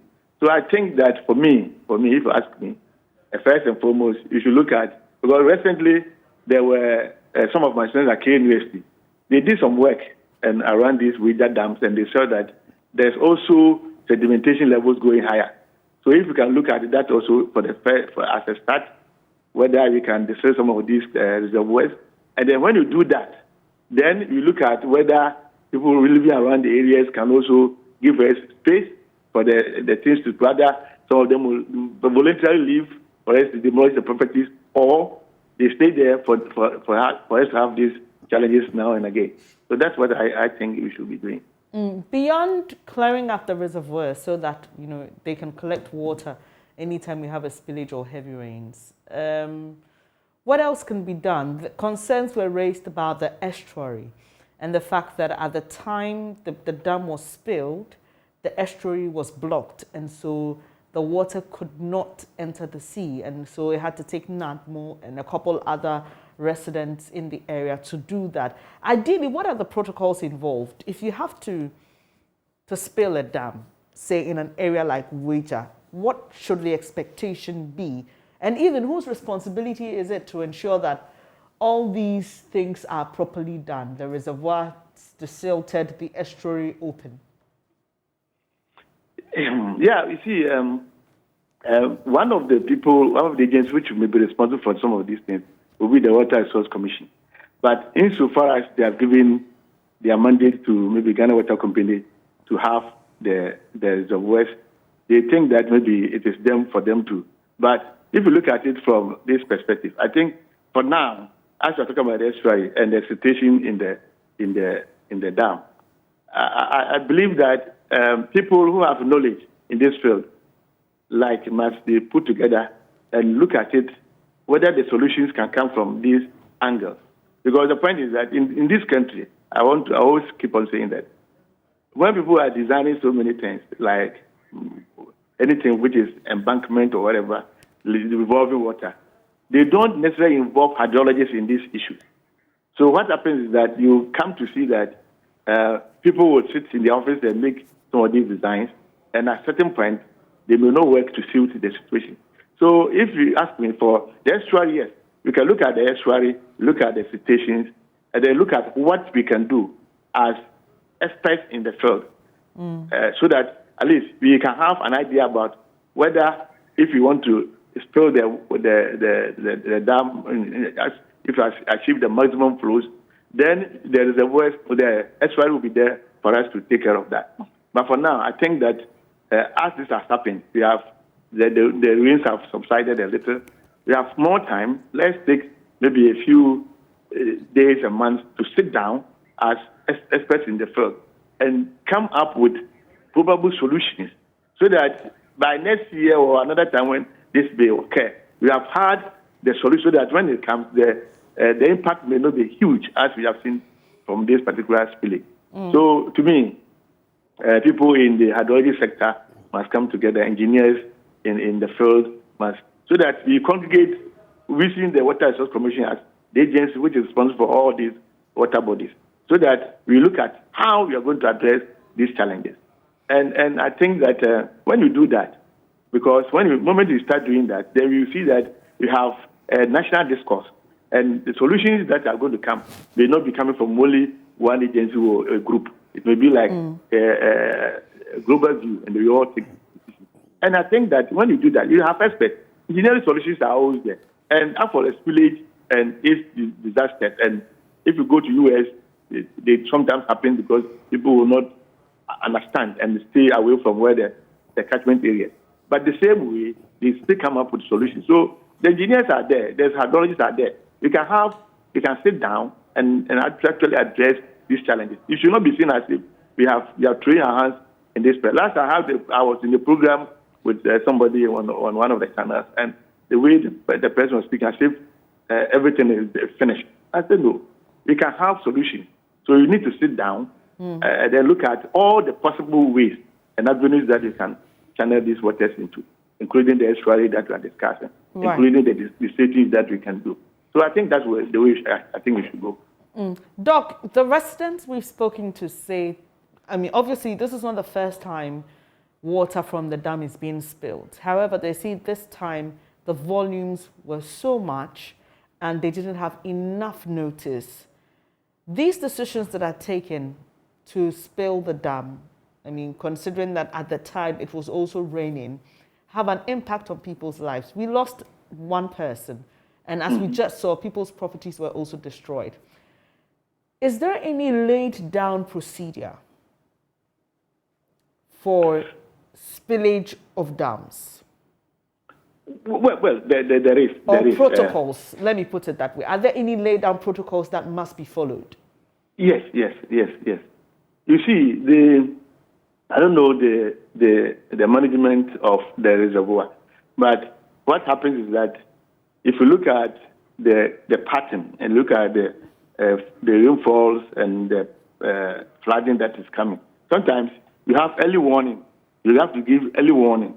And you see it by the fact that you see that maybe today you go, because there are gauges in these particular reservoirs to know how the pattern is going. You see that when today you are in about 10 meters, tomorrow you are in 15 meters, then you see that there's possibility that you are going to get to the maximum level because you have taken care of everything, but still the water is. So you give the people early warning for them to leave the place that at a certain point I will spill. You can't just say that because you sit down, you don't monitor the flow into the reservoirs and to check and see. When you see that the rivers have overflown, then you decide that I will just spill. And I was listening to some of the views of the people in the management of the reservoir. I think their point is that they are giving the people the chance to, or they have to leave the place. They have to demolish and yes. Well, because of that, they don't seem to have anything again. They have told them to leave the place for a long time, and if they are not leaving, anytime they can spill. But I think it's wrong. What they should do is that, insofar as they have not gone, you need to give full notice. You see, maybe about 2 weeks, they are telling them that the flood levels are going high. Please, can you evacuate from those areas? And then when you give them the warning, and then if you not only say it in the air, you go to the community with a van to tell them that, please, these are the things which may happen. So can you leave the place for now for us to look at how things happen? And then after that period, and they have all left, then you can decide to, okay, let me spill a certain amount of volume of water. Maybe so many cubic meters I want to spill. So that the damage will not be high. But if you sit down and you are overwhelmed with the flooding levels and you are overwhelmed with the level of your dam and it's going high, and the moment if it collapses, it's also going to be a big issue. So you don't want it to collapse, but you ought to have known that these are the levels coming. So I need to educate and advise people to leave the place. Dr. So Chumesi, there are protocols. And I think I think sometimes they are also annoyed with the way they have told the people in the community that, please, this is not your area, evacuate and let's leave the catchment area. So sometimes they think, oh, if it comes, let's spill. And whatever happens, it happens. Because when I was listening to that person who was speaking for the management, that's what I saw in his discussion, that they have told them, leave the place, you are not leaving. But there are protocols. And people are dying because of sometimes the things that you ought to have done, which we didn't do. So that's what I think. There are protocols, indeed. Dr. Chumesi, very quickly, I just want you to address this very quickly so I can bring in Dr. Abrahams as well, who is Chief Basin Officer, Water Resources Commission. So there's a talk about the sedimentation levels, which you brought up, and how the Densu itself, and even if they are going to use the Bojo Beach area, there's a lot of desilting work that must be done. In other words, the Densu, in terms of what it can take, I hear 25 feet has now become less than 10 feet. So it means 10 meters. So it means that with just a little water, the water body will not be able to take any more. It will spill over. The other bit is, we hear that some hydrologists were brought into the area some years ago. It could be quite a long time ago. And hydrologists were involved. There was a World Bank project that was supposed to take off to address this particular situation. Is it something you would have any knowledge of? That's for you, Dr. Chumesi. Yeah. Did you get the question? Yeah, I didn't get the question. Can you say it now again? Because So years back, we are told some hydrologists were invited to come and make an assessment in terms of the spillage and the problem it creates in these communities, and that it was supposed to be a World Bank funded project to take care of the problem, dredging and other things that had to be done. Mm-hmm. Would you be aware of this visit, this project? Well, as far as I know, I'm not aware of that project. But as I said, my students at KNUST, I had the students who were doing some project for me. The students who were doing some project for me at KNUST. And it was based on their research that they just gave to me that the Wager Dam, for that, but the Densu is the certain. And as you said, the moment it's filtered, if it's filtered, it means you have lost a certain volume on the base. So, as you said, when there's a small flooding, you see that the water level will get to the maximum. So, as far as the Wager Dam and the Densu River is concerned, I have not worked in that area for now. And I think if we need to do something, then we are all there. We will be happy to be part of the team which is going to look at the challenges and address them. So for now, I think I don't have any idea about what happened in the World Bank. Sometimes when the World Bank projects come, people can hijack them and then maybe they do their own thing. But I'm not aware of this. Dr. Chumesi, we're grateful for your time, hydrologist with the Kumasi Technical University. Thank you so much for your time, sir. Also joining us, we have Dr. Ronald Abrahams, Chief Basin Officer, Water Resources Commission. Dr. Abrahams, a very good morning to you. Good morning. I'm around, yes. Great. So as Chief Basin Officer, I'd start from the standpoint of what exactly your role is when it comes to the spillage of the dams. Like Dr. Chumesi has mentioned, you have some roles to play, but you cede them to the Ghana Water Company Limited. What exactly is the interplay between your commission and the Ghana Water Company Limited? What do you do when a dam has to be spilled? Yes, I think the Ghana Water Company Limited is a major water user for us. And we issue permits relating to the water abstraction. And then we are also interested in the dam safety, which is why spillage is inevitable, because when the water level gets to the threshold, the dam will have to be, the sluice gates will have to be opened to allow some water to get out, because as a Class 4 dam, if it breaches, the consequences will be very difficult or serious. So that we have also taken note of the silting, and we are working very seriously on the dredging process. Currently, the Dutch government has actually taken up the challenge to dredge, and we are on the pre-feasibility study. The World Bank process, which started some long time ago, I think fizzled out. It didn't really work out as expected. So is that the one I was referencing that you're speaking of? Yes. So how long ago was this? I'm sorry, but how long ago was this?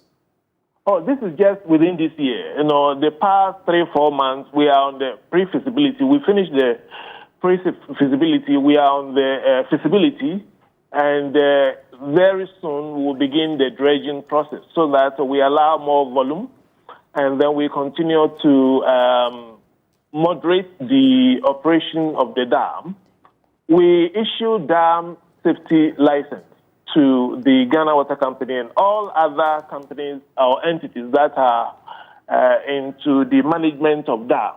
So we look at dam safety as well. And as I said earlier, the Wager Dam has been classified as a Class 4 dam, so that when the need arises, within some 5-6 hours of heavy rain, some spillage will have to be done.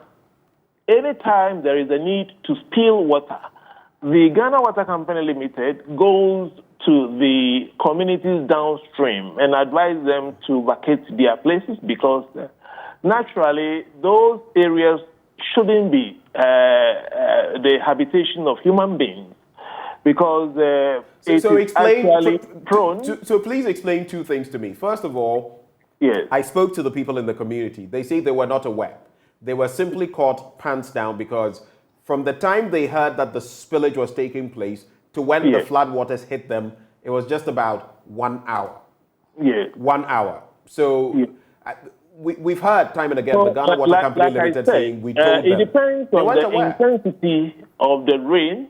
Within a short time, some precipitation can occur which will warrant emergency announcement, and no matter how hard you try to announce on some of these things, you will realize that a few people will tell you they didn't hear the announcement. But the Ghana Water Company does the announcement prior to the spillage of the dam. And this particular... Do you know for certain how long it took before the spillage happened? Between the announcement and... Normally, when there is a heavy rain around the eastern region, from Koforidua and Sawam and Sum and all over, they all drain into the Wager Lake.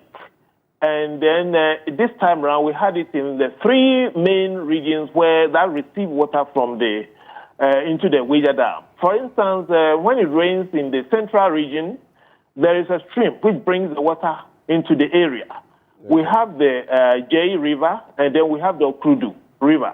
We also have the Dinsu, which is the main one.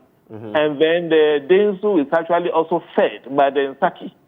So when you look at the area properly, you also notice that from the Makati Hill area, we have the Lafa stream, or the Lafa River, which also drains into the Dinsu Delta Ramsar site.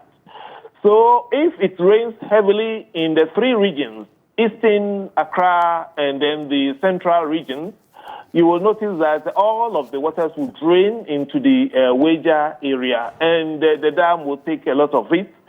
And some also run straight into the Ramsar site, the Dinsu Delta Ramsar site, which creates the problem. So that we only advise that entities like the Pambro salt industry should be there. In the dry season, they are able to do their salt, but not communities such as Tetegu, Fana, Glefbegbese, and all the others, Chokome, and the rest, because those areas are meant to actually accommodate flood waters.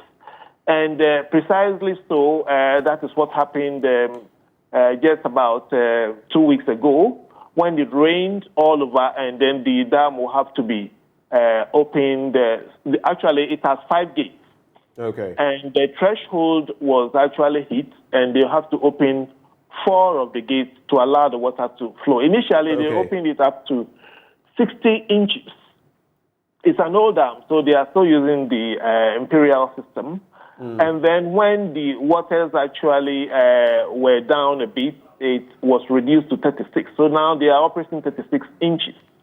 So that is the situation. And this is actually giving the warning that communities will have to actually advise themselves and desist from living in those zones, because some who have built houses and then these are completed houses have decided to abandon their homes because the flooding was actually perennial. Dr. Abrahams, let's address 2 crucial issues that you bring up very quickly on this one. You speak about the fact that So I would like you to start from the World Bank project you spoke of. What exactly is it about? And then the second bit I want you to look at. You say this place is not meant for habitation. Yeah. Why exactly is that? First of all, the people are mentioning that you say the place is not meant for habitation. Some of these settlements were there about 2 centuries before the construction of the dam. That's the first point. The next point is, if you say this is not a place meant for habitation, like I was at Old Tetegu yesterday, the people have water. The Ghana Water Company Limited is connected to them. They have electricity. They have 2 police stations. I hear there is a hospital that is being built by government. If this is a place where people shouldn't live, why take all of these facilities there? It means that there is some acceptance that, you know, these people, this is a habitable community. They also add that when it comes to the time for voting, ballot boxes are brought there. So the people are a bit confused. You are saying they shouldn't live there, yet you are putting all these resources there. Something doesn't add up. Yeah. Okay, when you look at our forefathers, those who lived in the areas before we came on board, they respected reservations. They even regarded them as deities, and they respected them. But we have actually tried to say that these things are devilish, and then modernity and Christianity is actually throwing some of these strong beliefs aside, and people are doing what they like. Of course, technology is also part of the problem, because people think with technology you can live anywhere, but we haven't done due diligence as far as those things are concerned. So we need to look at what type of buildings can be there before people start their houses in the area. So, as I said earlier, there was a World Bank project that tried to dredge, but it didn't work out well. Currently, we are into talks with the Dutch government that has bought into the whole idea. And as I said, we've done the pre-feasibilities. We are now on the feasibility phase, and after which the actual implementation of the dredging process will begin. So we need to remind ourselves that when we declare areas as a Ramsar site or as a reservation, even we were established in 1996. And at the time we took over the management of the what we call the acquisition around the dam, it was a built-up area to a large extent, and the people have made efforts to continue the process, even though we have tried very hard to get the information to them through community debates, mobile vans, and all of that, through stress and demolitions, which don't actually get completed. So we've done a lot of work, and we are still on the job trying to get everybody to understand that these areas are supposed to be no-go areas around the dam, which is a reservation, because when you take a little steady tour around the upper reaches of the lake, you will notice that flooding has occurred around the Shalaja and all the environs. And then I also took particular notice of homes that are not within the acquisition but are still flooded. And people have put blocks on their, even up to now, getting to about 2 weeks now that we had those rains, people are still troubled in their homes because there are still flood waters on their compound. So we need to actually bring ourselves to a situation where we'll accept directives from people who know the hydrology and then the ecology of the place, that these are no-go areas and we have to respect them. But we are making effort to re-engineer some places and then ensure that the dredging comes on so that the dam can take more. The wetlands is a battleground because people are selling, and it's the same disorderly nature of our neighborhood, that people are still interested in buying land. Dr. Abrahams, I wouldn't have come in. I wouldn't have come in again. Bernice, my colleague, will be coming in shortly. But on the back of what you're saying, are you saying that the simple solution is these people should just relocate? They should leave the community. Is that what you're saying? they should relocate. They shouldn't allow anybody to force them out of those areas. You know, they should just relocate and then advise others. Hello, Doc. You know, advise others that we have learned our lesson. I went to the Netherlands, and there was a similar situation there, and they actually called it "Give the water bodies space." Mansions were being demolished because it is flood-prone area, and we are not isolated in this matter. It happens all over the world. Right. Look at what happened in Pakistan recently. When we notice these things, when these things come to the fore, and then if we have actually violated some admonitions to leave these areas, and then we are confronted, you know, head on with such, we should just advise ourselves and depart. Because if we actually see this as a climate change natural disasters, then it will continue because the climate change process is with us. Sometimes we experience intense drought, long dry spells, which we call El Nino. And these things should lead us to advise ourselves. We have said that sometime when there is even water shortage, we should resort to, you know, intra and interbasin water transfers. In the same manner, when there are flooding situations which are repetitive, every year we get them, it should actually serve as warning notices to us. And then we reorganize ourselves and depart these areas because these trends might not change for a very long time. Right, the moment you begin getting flooding, it means it will continue. And then if it happens 1, 2, 3, 4 years, that should ring a bell to serve as a kind of warning so that you don't actually invest your hard-won resources in such areas. Dr. Abrahams, Bernice here. I mean, people moving from these areas that you're speaking about is not as simple as we saying they should move. There are those who have invested money in properties, offices, and I mean, you would want to admit, as many people have said, that government is complicit in this matter. Benjamin has just told us how even some projects initiated by government are happening in those same areas that we are being told people should not live in. Yeah.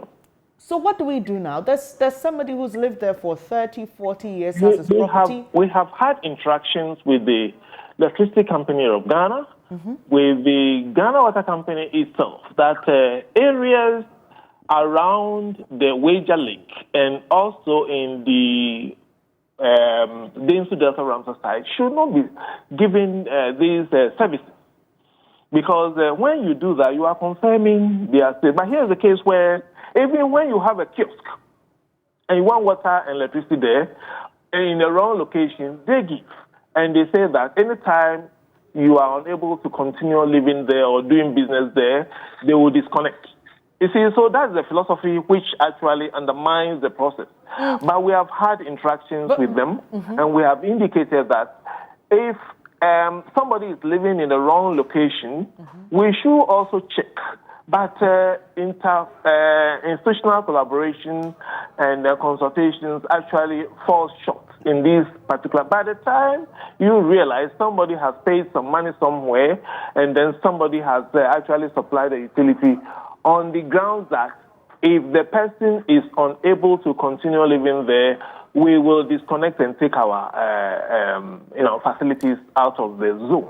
So this is the difficulty we are. Doc, sorry to interject, but we are grateful that this program has been put on air, and we want to use this premise to advise people that when you want to invest into buildings or houses or businesses, do due diligence, speak to the Lands Commission, and get them to actually advise you on the location, whether it is advisable. Because I have bought land in the wage acquisition before.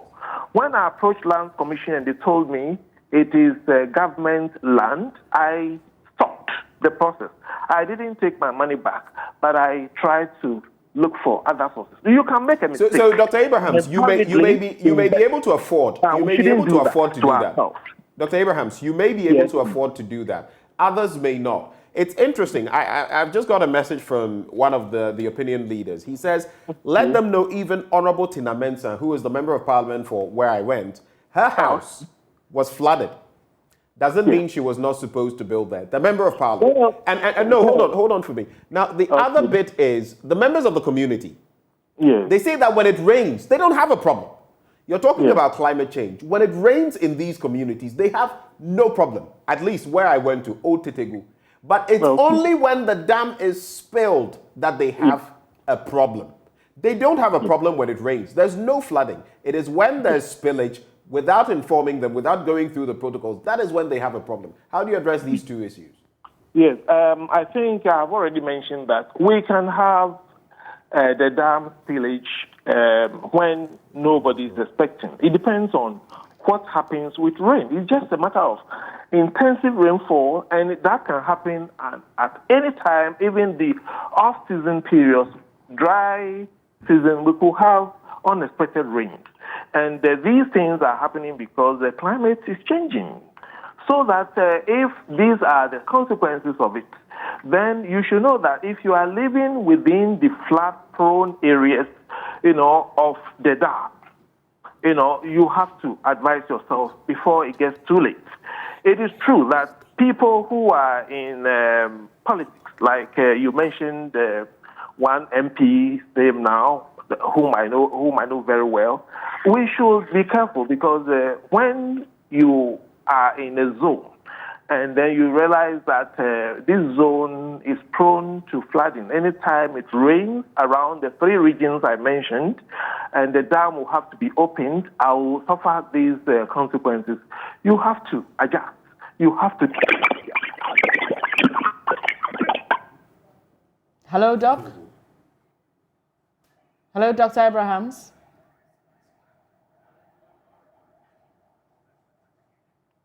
Right, we'll try and get Dr. Abrahams back. Too bad, he was making a point, but I needed to find out... And we'll get him back to make that point. Yeah, so I needed to find out 2 quick things from him. One, when we discussed the issue about the time the spillage was announced and when the spillage actually happened, his response suggested that there are times when there are emergency situations. I wanted him to tell me if I got that feeling as well. If this particular one was an emergency situation, and 2... Well, the management of the dam, I mean, we have been told by the Ghana Water Company Limited that I think the capacity was it 48.5 or 45 point something, and they had exceeded 49 feet. So... Did it happen? Obviously, did it happen over a long period, or did it happen instantly? That is what will determine whether it is an emergency situation or not. And then the other thing has to do with what exactly the World Bank project was about, because he said it just fizzled out. We need more details. So what he made mention of was dredging, and that's why now that seems to have fizzled out, and they are dealing with, is it the Danes or the Dutch? I think the Dutch he mentioned, to get some funding for that. Another problem I have with this is that it appears we cannot do anything on our own. We must always source funding from here and there. It sometimes just beats me.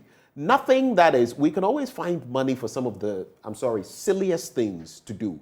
Yet when it comes to matters like this, crucial matters, we must always solicit funds elsewhere. Do you know why that is so problematic? Because then if those funds haven't come from wherever, Abruchi, we mark time. Yeah. And also the issue about people relocating. Look, these are thousands of people. It's not a joke. Tens of thousands. And if they have to relocate, where are they going to? Are they going to be compensated? Because you see, somebody got a parcel of land. They got a permit to build. Yeah. They got. Oh, I forgot to add that. Yes, they did get permits. They got a permit to build. Yeah. And they got these institutions, the utility providers, giving them utility. They have police stations. In a way, you are giving me the go ahead. If you give me a permit to build somewhere, what are you saying? You're saying it's okay to build there. So who is going to compensate all these people? Well, I'm told we have Doc back. Hello, Doc. Thank you so much for reconnecting. Sorry, we lost you there. So, Doc, just a quick one. Two questions from me. The first is, when you were responding to the issue raised by residents about the time they were given to evacuate prior to the spillage, you You alluded to some of these things happening within an emergency situation. Yeah. I just want to find out from you if this particular incident was an emergency situation. Yeah. Hello. Hello, Doc. Can you hear me? Yeah, I can hear you. Yes.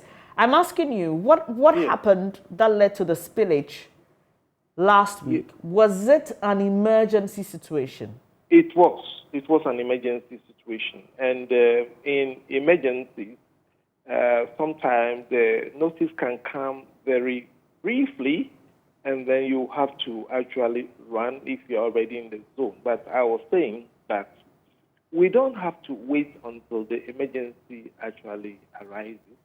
We have to ensure that we position ourselves in an advantageous way so that if you are informed by the Land Commission that this area is flood prone, sometimes there are signals that you see in the zone. If you go into an area and you see plants that are growing in the area, it should send signals to you that this is because Doc, we have sorry these to hyper interject, plants. Doc. Please other forgive plants. me. Doc, Yes. please forgive me. But these people, residents, were given permits to build. They were allowed to be there. So who is going to bear the cost for their movement, for their relocation? That definitely, if there has to be a relocation, then there definitely has to be compensation coming from these government institutions. Yes, we have two forms of it. We have something we call resettlement. Resettlement comes with compensation. If you are asked to relocate, then it means you have chosen a point that earlier you should know that it is a no-go area. But you were given a permit to be there, Doc. Yes. These people are not encroachers, are they? Everything waters down to seeking adequate information and then be on your guard when you are choosing a location. Because, as I said, I have made a similar mistake before. I bought 4 plots in a zone which is belonging to government. And then before I got my current place, I was taken to an area which I saw clearly because I was a scientist. I was able to determine some plans which indicated to me that this is a wetland. So I desisted. I had to desist from. Now, are you suggesting that government institutions have failed? Because if these places are not supposed to be habited, institutions have not failed. Why would you give a permit? Recalcitrant nature. Yeah, but See, Doc, we are recalcitrant people, and deliberately we put ourselves at a disadvantage. Doc, I respectfully disagree. How can you lay all the blame on the people and detach and say that the institutions who are giving them all of these things have no role to play? Government institutions have not failed. It is the recalcitrant nature of our people. Look at what is happening with even Galamsey now. You know, the government has tried to train people, invested money, and the same stock that did the illegal mining went into the training and formed the small-scale mining processes. And when they went into the field, some of them, their philosophy is that mineralization occurs in the water. So if you even train them and you tell them, leave 100 meters, by the fall of darkness, you will notice that they are already in the water channels doing their own thing. And this is where we have difficulties, that we have spent money, asked the military, sponsored these processes, spent all the money, you know, and we see that these things actually don't work out as expected because the people that we are dealing with are disorderly. They don't listen and reason. But we must, as Ghanaians, listen. Doc, I'm sorry, but Doc, we are not talking about 10 people. We are not talking about 50 people. Yes. We are talking about thousands of people who've been given permits. So, Doc, are you saying to me this morning that if a government institution, which is supposed to ensure that the right thing is done, permits you to build in an area that must not be built in, that government institution has not failed? Because Ghanaians are in position and sometimes they compromise. So it's the same attitude for the private sector or individuals that actually permeates the public institution. there are people who do not care two hoots, will take a lot of money and issue permits that they shouldn't issue. We have experienced that. Even engineers in some of the assemblies, sometimes they write letters to people to sit in places they shouldn't sit in. So that is the experience we have, and which is why we have taken upon ourselves to intensify and sustain awareness creation, because sometimes people will plead the excuse that they were not told, they were not informed. So we have made it a normal part of our work that all the time we should create awareness. And this is also an opportunity to tell people that we need to change our attitude. Sometimes you should be easy to understand. We should be easy to understand why somebody from a technical bench will tell you, move from this zone, don't get into this zone. We have actually fought people who even want to put a washing bay in places, and they have never listened to us. They want to continue, and we have used the military and the police to stop them. And when you look at their attitude or demeanor, you will notice that they are waiting until somebody moves, and then they begin to do the wrong thing. So but Doc, that's a good one, because your institution has ensured that the right thing is done. So the people were not heeding your advice. You ensured that the right thing was done, i.e. they didn't have the permit to be there to operate a washing bay. Back to what I'm saying, that these people have permits to be there. They've been given the go-ahead. Yes, so why lay the blame squarely at their feet? It's the same wrong attitude which leads to the issuance of permits that should not be given. And we have had cause to refer some of these things to those who do the wrong thing by giving permits where in places they shouldn't give the permits. You know, because as I said, even some areas, and even from key government institutions, if I should cite an example, the Wager toll booth or the Tuba toll booth, they did no due diligence to cite it where it actually it is at the moment. You know, they didn't do environmental impact. They didn't obtain permits from the then Ghana West Municipal Assembly. They didn't. And we have pointed this out to them. And this is why people actually have taken to trading activities in the area. We have asked the highway to relocate this thing. And it came along with the closing of the toll booth, so that institutions that actually put facilities in place don't do due diligence, as I was saying. Highways refused to do the environmental impact assessment, and they didn't also obtain permits because they are part of government, and then it's a government institution and all of that.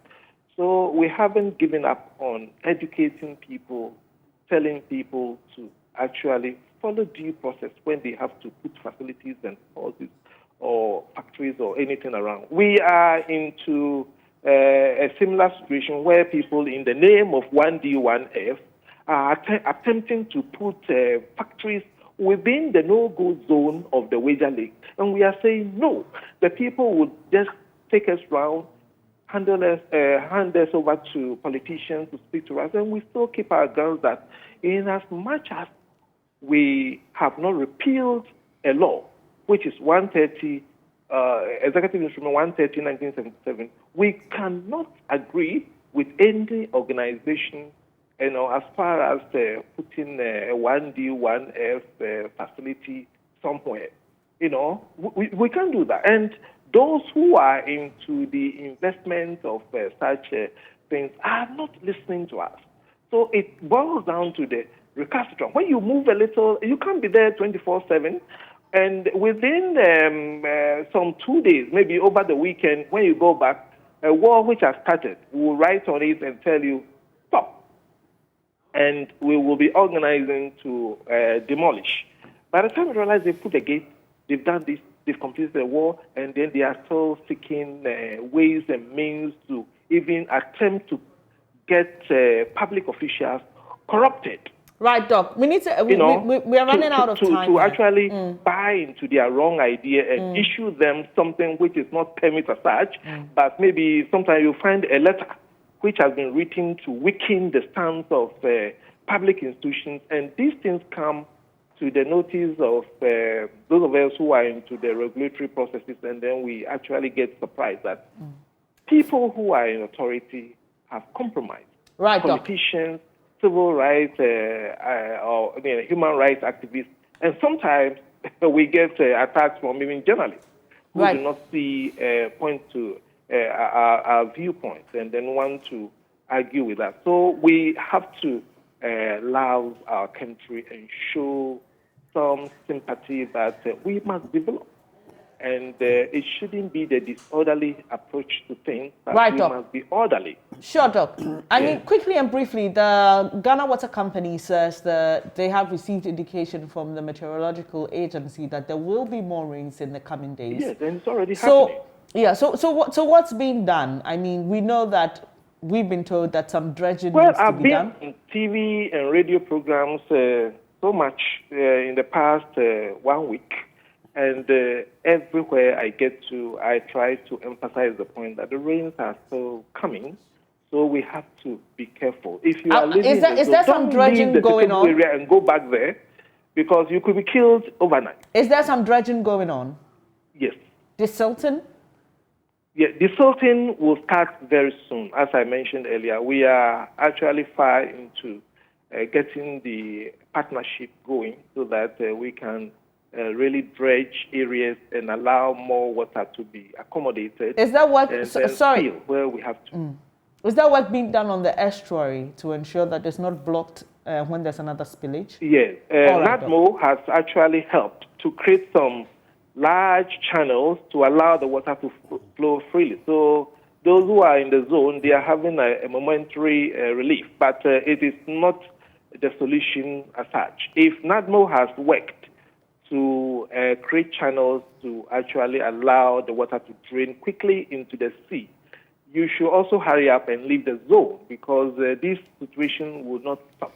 And the same water which is coming down will push silt into the zone, and it will be impounded at some point, and NADMO will have to come repeatedly. We appreciate your time. We have no business living in such flood-prone areas, and you shouldn't live downstream the flood-prone areas of the Ouija Dam, because any time, even in the dry season, if we have 3-4 hours of rain, they will have to give emergency notice and spill. So this emergency notice should go to maybe fishers and others who have no way of getting out of the zone, because if you look at Pambros salt, it's an advantage to the maintenance and then the existence of the Densu Delta Ramsar site. I appreciate your time this morning. Yes, so we have to actually relocate all those who have found themselves. It's an unfortunate situation, and life is like that. You know, sometimes you get into a situation where you have invested and you have to lose the investment. We shouldn't actually lose courage. We should courageously move out of such zones and advise others so that these things are not repeated. Thank you for your time, Dr. Ronald Abrahams, is Chief Basin Officer, the Water Resources Commission. And he ends by saying that don't be afraid to lose your investment. I don't know how that sounds to you. Yeah, especially in these economic times and everything that is going on. I don't know. It all sounded very, I get it. The people under normal circumstances perhaps shouldn't be there. But we've had these settlements, like people have said, in Old Titigu for centuries. And the rhetoric that the people there are not thinking, you know, they are not thinking, and they have to. You've given them all of these amenities. In fact, I just got a message from an opinion leader who says, let them know even Honorable Tina Mensah's house was flooded. Atta Mills constructed the bridge for the town. The road contract has been awarded for Titigu. Honorable Tina Mensah is building a government school and a government hospital, which is at 80% completion. Per what Dr. Abrahams is saying, then all of this should be razed to the ground. And he says, finally, this flood has even affected those around the West Hills Mall, SCC, Ashbred, and other places. The solution is the dredging, which government doesn't want to do. Right. Let's take a breather now. Move on to another subject. I'm sure you've heard about our latest documentary on graduate unemployment. It's titled Job for the Boys. Emmanuel Jivenu's piece details how young graduates are finding other means to make money. Watch this.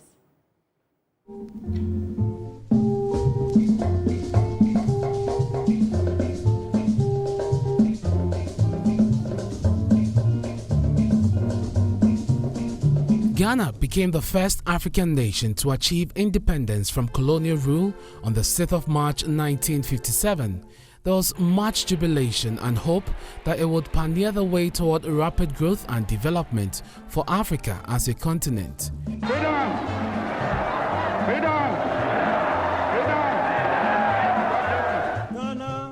During this period, Ghana had a relatively good education system and a strong economy with foreign reserves of about $481 million and a gross domestic product (GDP) at par with those of Malaysia and South Korea. Ghana, like Malaysia, Singapore and South Korea, should have tapped into its rich resources to sustain economic development. But in the mid-1970s, Ghana's economy saw the beginning of significant deterioration, such that by the early 1980s, GDP had reached its lowest in the history of Ghana's post-independence. This systemic worsening of the economy led to a significant fall in living standards and high levels of unemployment, especially among the youth. Our governments have always been aware that young people need to be supported in employment. And so programs on youth employment go back as far as Nkrumah's administration. He had programs that combined both economic and social issues for young people. He had the Young Farmers League, for instance, the Young Pioneers. These were also political, associations as well. But they all showed evidence that we needed to pay attention to young people and to make sure that they were in the right positions in society.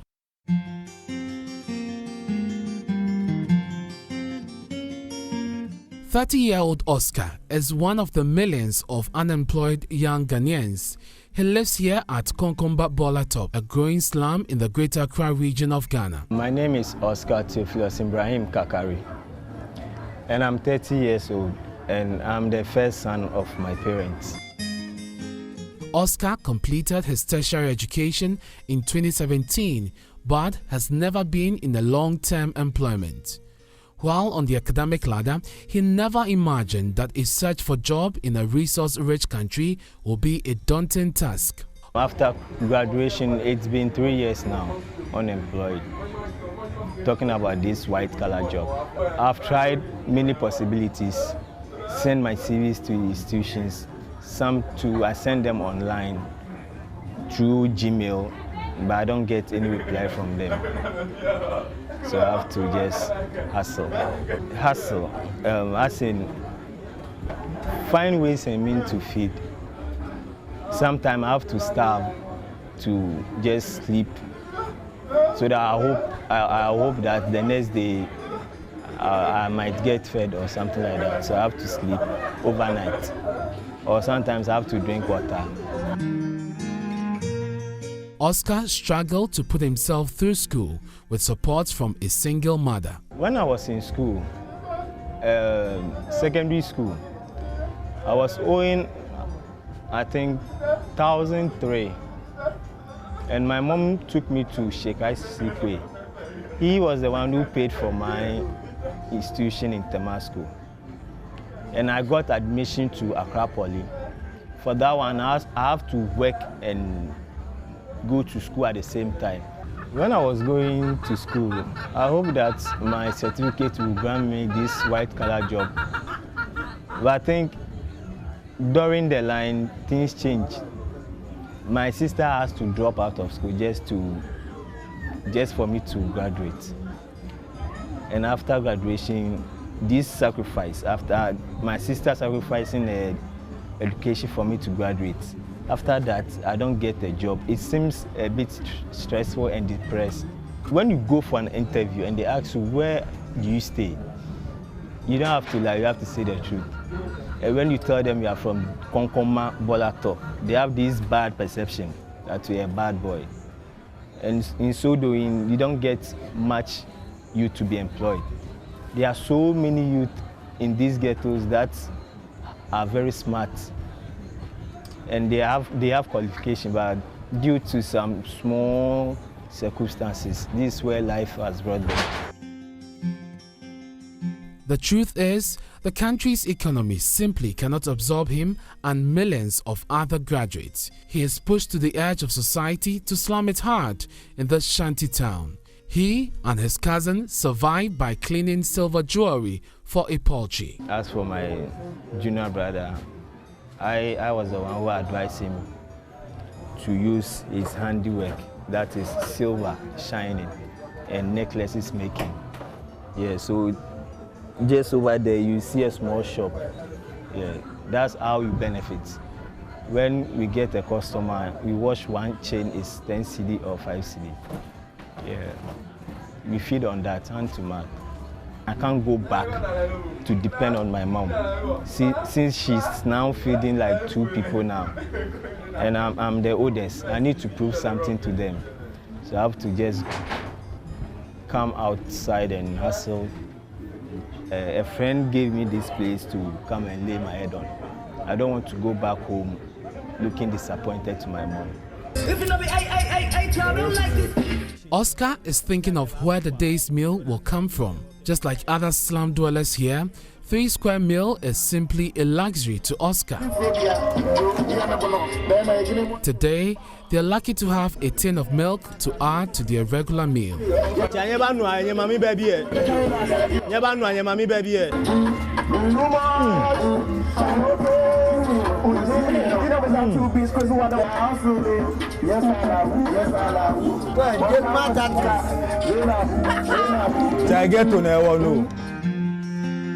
Statistics revealed from the labor force survey conducted by the Ghana Statistical Service in 2015 and launched in 2017 indicate that the rate of unemployment as at the end of 2015 is pegged at 11.9% of the labor force.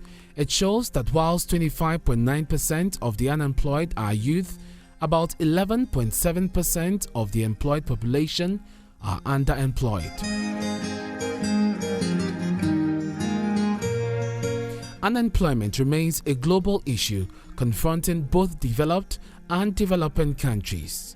Unemployment has been found to be closely related to the lack of adequate education. Sadiq Adams is a broadcast journalist and a youth development advocate. His reporting career has allowed him the opportunity to observe with great concern the worrying trend of rural-urban migration and youth unemployment. You cannot have an education system that constantly produces graduates who come to sister home for 15 years and their expertise are going waste.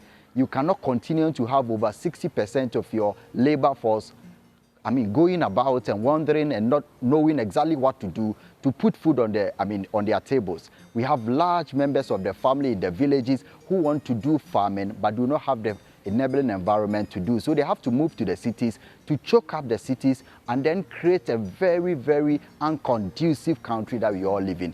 And this is what we have constantly been calling for, that the politicians who are at the helm of power need to design a very perfect system that other countries have also done. The streets of the central business district of Accra hold the livelihoods of hundreds of Ghanaians. The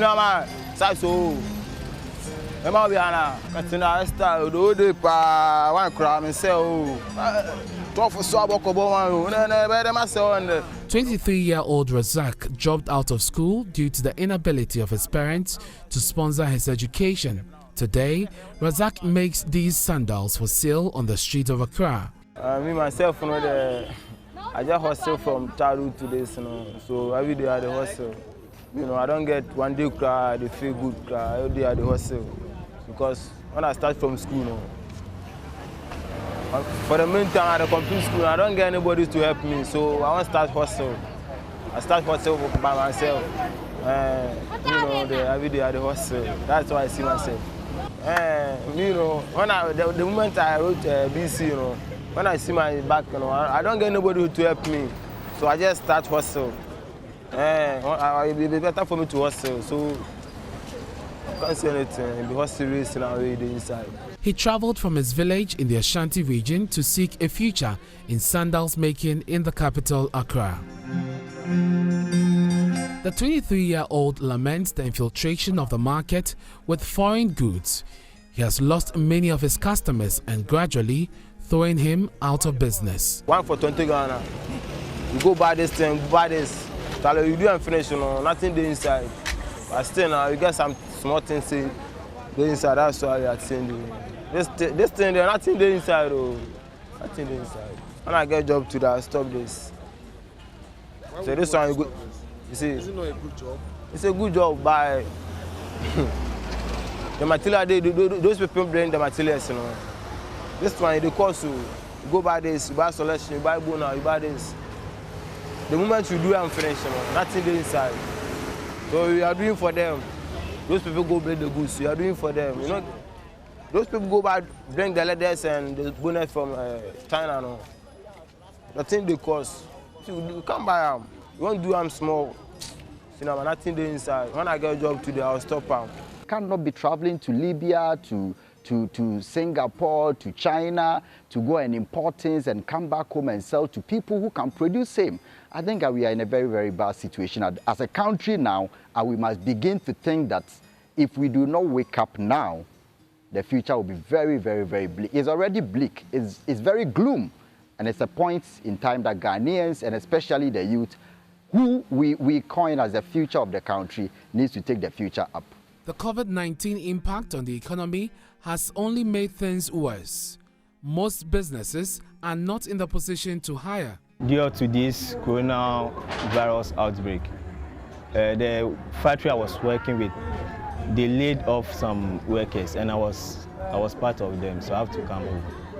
I was a machine operator. Yeah. We used to print on these sachet rubbers, these pure water sachet rubbers, and these plastic bottles. Yes, so I was the one operating on it. Ghana, just like many African markets, has become the dumping ground for all kinds of goods from developed countries, all in the name of free trade. The things there no go help us, especially the China goods. The others, this one, somebody can hold it. You ask you know it be China. Until you go talk, you understand, until you buy them. Established and large companies have taken all the bright spots, flooding the market with their finished goods, which are much cheaper than those manufactured locally, forcing many local industries to close down.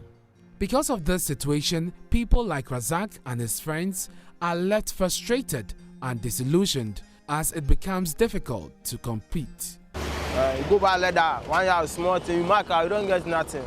You go buy this one, you go buy this, you go buy this. The moment you finish, you don't get nothing. So you don't get nothing from maybe someone will come and buy them. This one be 20 Ghana. The whole price will be 20 Ghana. You can sell them 25 and you get 5 cedi. That will be a social. The China, they can do this type of China. This Ghana, they can do the same type. You are selling 20 Ghana, you can sell China one, you can sell 10 cedi. Ghana is known for its high dependence on imports for domestic consumption since gaining independence in 1957. The country was ranked 78 in terms of imports in the world in 2013 and 2014. Its dependence on imports is also signified by the increasing negative trade balances. The weak economy has pushed the country towards several IMF directives of restructuring, Eurobonds and Chinese loans, with the interest payment sucking practically all of Ghana's export revenues.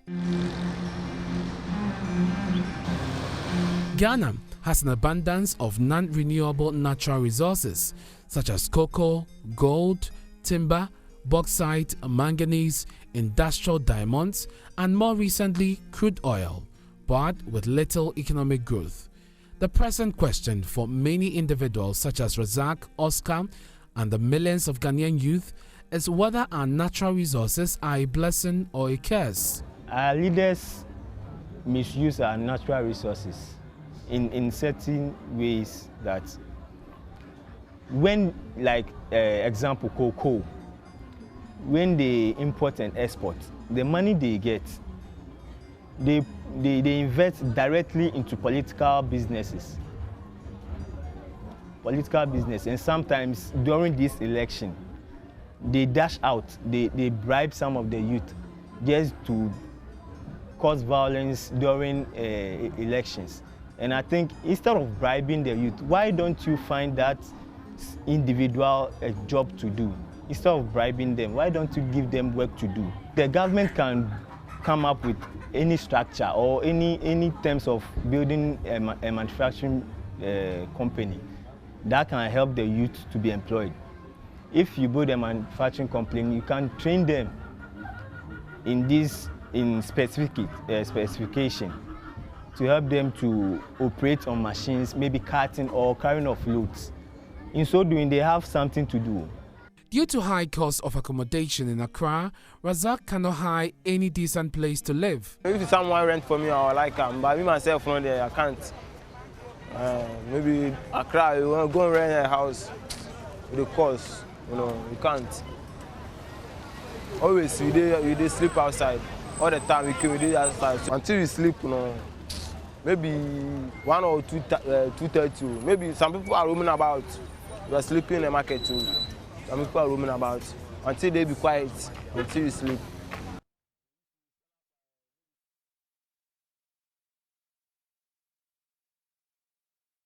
Thank you so much for staying here on the AM show. I'm Bernice Abu-Baidoo Lansah. I've been joined by Reverend Dr. Lawrence Tete, and he has a program with Litina Travel and Tours. There's a trip to Israel. But I'm just learning from him in our pre-interview chat that he actually studied economics at the London School of Economics, because I was asking him his thoughts on the clip we just played about graduate unemployment. So I'll just take your quick thoughts on that. So if you didn't know, Dr. Lawrence Tete is actually a trained economist. So your quick thoughts on the issue of graduate unemployment. I think that we have a big problem in Ghana. Our choices of subjects also plays a very big role in what kind of employment we get. Everybody wants to go into marketing. They want you to go to some of these courses that everybody is doing, and so we lack expertise. Nurses don't have problem with employment. No, in Ghana they do. They don't. They do. They don't. There's always a backlog. That's what I'm saying, is that to some extent, okay. Bernice, there are certain subjects that when you do, it's you are easier able to get job. You know, if you look at the landscape of Ghana, higher percentage of our landscape is agri. The lands are there. If somebody goes seriously into agric, you will not lack work. A lot of people have left the urban area, the rural areas, and if you come to the urban community and the jobs they want to do, everybody is craving for. So let us learn in choosing our subjects. I read economics. I specialize in international relations. I had a chance to work with a lot of international organizations. Of course, I went to Ivy universities. The Budapest University of Economic Sciences that I went to in Hungary and the London School of Economics in London are all Ivy schools.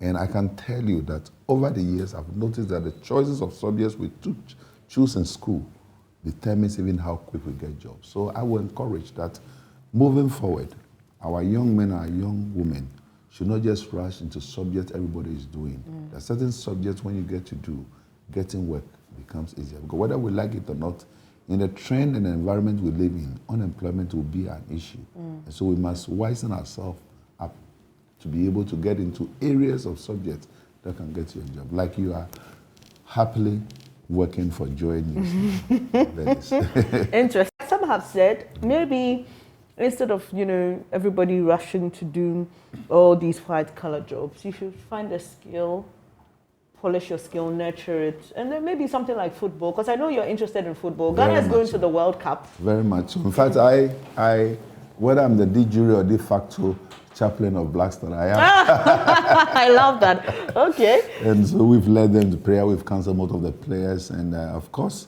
I've been thinking about something Dr. Nyaho Tamakula has been saying this week. And it makes a lot of sense to me. Nyaho Tamakula. Yes. That we should not bench as Dede Ayew. He's a captain. Let's carry the spirit of the boys. Let's carry some unison and togetherness. And those who are calling for him to be benched, they should be careful that these were the very people who fought for us to get this far. We should not sit down for new people to come and put them aside. Of course, if they are doing well. The second person that I really vouching for is that we should not throw away Samarjan. Let's send him off beautiful and nicely, and let us appreciate him for what he has given to Ghana. Samarjan was the first person to ever score a goal for Ghana in World Cup. And for the many things he's been able to do for the Black Stars, if we are sending him off, nothing prevents us from giving him some 10 minutes, 5 minutes, 20 minutes, 15 minutes during the World Cup, like the Camerooners did to Roger Miller. And who knows? But with the Asamoah case, I thought it was he who wrote to say that he was taking some time off the national team. No, I think that over the years, we know circumstance can lead people to so many. I keep saying this, that emotions have no intellect. When people become emotional, we make statements that we don't really mean. But now we can tell from all indication that Asamoah will be more than happy to be part of the Black Stars. So for you, it's not about whether he's played active football or not. It's just a nice way to send him off. No, not just that. Asamoah is not that finished yet. And if we send him off nicely, even with the fitness he has now, I think that would be a very good way of, as a nation, we should learn to celebrate our heroes. A lot of unsung people, and the way we share people aside, and this is going into our body politics, going to our religious organizations, going our traditional rules, that we seem to put people aside. We are too happy to put people aside, and that is not good. So let us learn to unify the people, and I want to encourage them that, in the coming days, we should be very mindful about what we say about some of these players. Words are spirits, and when words have a lot of impact on you, it makes you underperform. Let's rather encourage them. Let's ginger them up. And let us also not create a wedge between the Ayo and Asamoah. It's needless. I have had a chance to camp with some of the Black Star players over the years, and I know that tension people are trying to propagate doesn't exist. Doesn't exist. No. Interesting. Do you love tennis? I do. Did you see how the US sent Serena off? Yes. In her last game. Is it nice? Extremely beautiful. Right, so, Doc. So why don't we emulate that? So we should pick things and let people feel celebrated. And I think that for me, the Ayo, and of course the Ayo family, from Abedi himself, to Ayo Jordan and all of them, and they've done well. We should not just let them feel not appreciated. So this is Dr. Lawrence Tete. If you've heard his name and you don't know the face, this is him. And he's founder and president of Worldwide Miracle Outreach. And you don't often get Dr. Lawrence Tete in an interview, so I'm just trying to milk him as much as I can. But he's here to talk about a trip to Israel being organized by Litina Travel and Tours. Tell us more about it. Litina Travel and Tours have been one tour group that we've really patronized. And over the years, Litina is like a daughter to me. And so she contacted us that she would want to collaborate with us to have this tour done. Of course, I've been going to Israel since the 80s. So I know the terrain very well. I have a lot of friends there.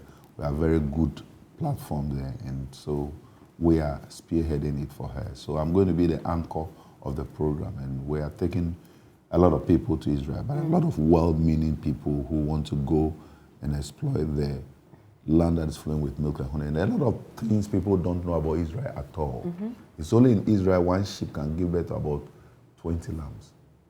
It doesn't happen anywhere. It's only in Israel that a cow can bring out the milk and it doesn't get decay. And it's in Israel that we realize that honey doesn't come through only bees, but the Israel honey comes from the date tree. And so there's so many things. And when you get to Israel, you realize that a lot of things we read about in the Bible, we didn't even understand it well. The Sea of Galilee is not a sea. The Sea of Galilee is a lake. It's a lake that is smaller than Lake Bosomtwi. The Dead Sea is not a sea, it's a lake. The Sea of Galilee is, I think, about 6 miles long and 3 miles wide. And so there's certain uniqueness, and you go there and see the sentiment and the glory that happen. I think every Christian, like the Muslims do by going to Mecca, every Christian must go to Israel. It makes you see the heritage. It also makes you see that really a man existed that was called Jesus Christ, and the footprints and the steps that he took are there. You see the place that Lazarus was buried. You see that the place where the ascension took place. You see the best plate of Jesus Christ, and it makes Christianity comes alive. So I would really recommend. I cannot count the number of times I've been to Israel, But I would really recommend that everybody must be able to go to Israel. Doc, there are those who say that this whole thing about Christians going to Israel, like you've suggested, is taking us back to Judaism. They think that there's no point. We are in a new dispensation. Why do we have so much fixation about Israel? Why is it important to visit? I think that's a very myopic way of looking at it. The Bible says in Psalm 11, verse 3, if the foundations have been destroyed, what can the righteous do? I mean, it's just unfortunate that not everybody has the financial sufficiency. If we all have the financial sufficiency, it's always good for you to know where your Jerusalem is. It's always good for you to know where your Bethlehem is. It's always good to know where your Nazareth is. Do you know that a lot of even things we say about the Bible today that are not true? Red Sea. There's nothing like Red Sea. It was a mistake. It's Red Sea. A translation mistake during the era of the translation by King James. And I think some 2-year-old person in England decided to take a ye off. It became Red Sea. But the word is Red Sea. And then also the story about the Jordan and the whole sentiment about Jesus Christ. You have to go to Israel to know it. So going to Israel doesn't make you a Jew. But of course, whether we like it or not, that was the basis of Christianity anyway. But I know a lot of Christians who we call Messianic Jews, who are more Christian than you and I. And so I will recommend, if you have the financial sufficiency to do it. What I'm doing now for Latina is a sacrifice. I normally would go to Israel anyway, and I serve as the coordinator of the Ghana Israeli Council. I'm the coordinator, so I have a very good relationship with the Israeli community, the ambassadors, and of course, the leadership in Israel. And so when it comes to negotiations and talking about anything to do with Ghana and Israel, some of us are at the forefront. And I would recommend Israel at any time to pull. It also gives a time to reflect. I remember many years ago going to the Wailing Wall and meeting a particular president, I don't want to mention his name here, who was in a big mess, on his knees at the Wailing Wall, with pastors surrounded him, praying. And I said, oh my God, people know where their source comes from. So anytime we go to Israel, we have a new breath of freshness and we're able to connect God. So it's not about Judaism at all, it's about Christ. Okay, so let's focus on the details of this trip. When is it happening? From what I gather, we will be leaving on the 13th of November. We'll be away for 1 week and we'll be coming back on the 19th. Okay. I mean, the good thing is that there are a lot of very responsible people who are coming with us. Okay. We even have ministers of state that are coming with us. We have people from all the political divide that are coming with us. Of course, the joyful one, that what makes me happy about this is that this is not a political trip. There's been instances in the past where people have gone because they are NDC, some have gone because they are MPP, and it creates a divide. But this one is going to be a very holistic one where I will be leading and people are coming from all walks of life. And there are some of the people on this trip that makes it very exciting. Right. So it's going to be a very unique one. I've seen that it will cost about, for the single person, can we put that up again, just for the cost? $3,450, and for double is $2,900. So if I were you, I'll find a friend. That's if you're single. If you're married, come with your spouse. If you're going to Israel, don't come with any other person but your spouse. If you're married. And let me also be quick to say this, that for me, this is not business. Yeah. I felt like Latina had a very good agenda, and her desire to propagate the gospel through this was very strong. So I'm happy to support her do it. And that my whole team is coming with them. So we are going with a lot of people.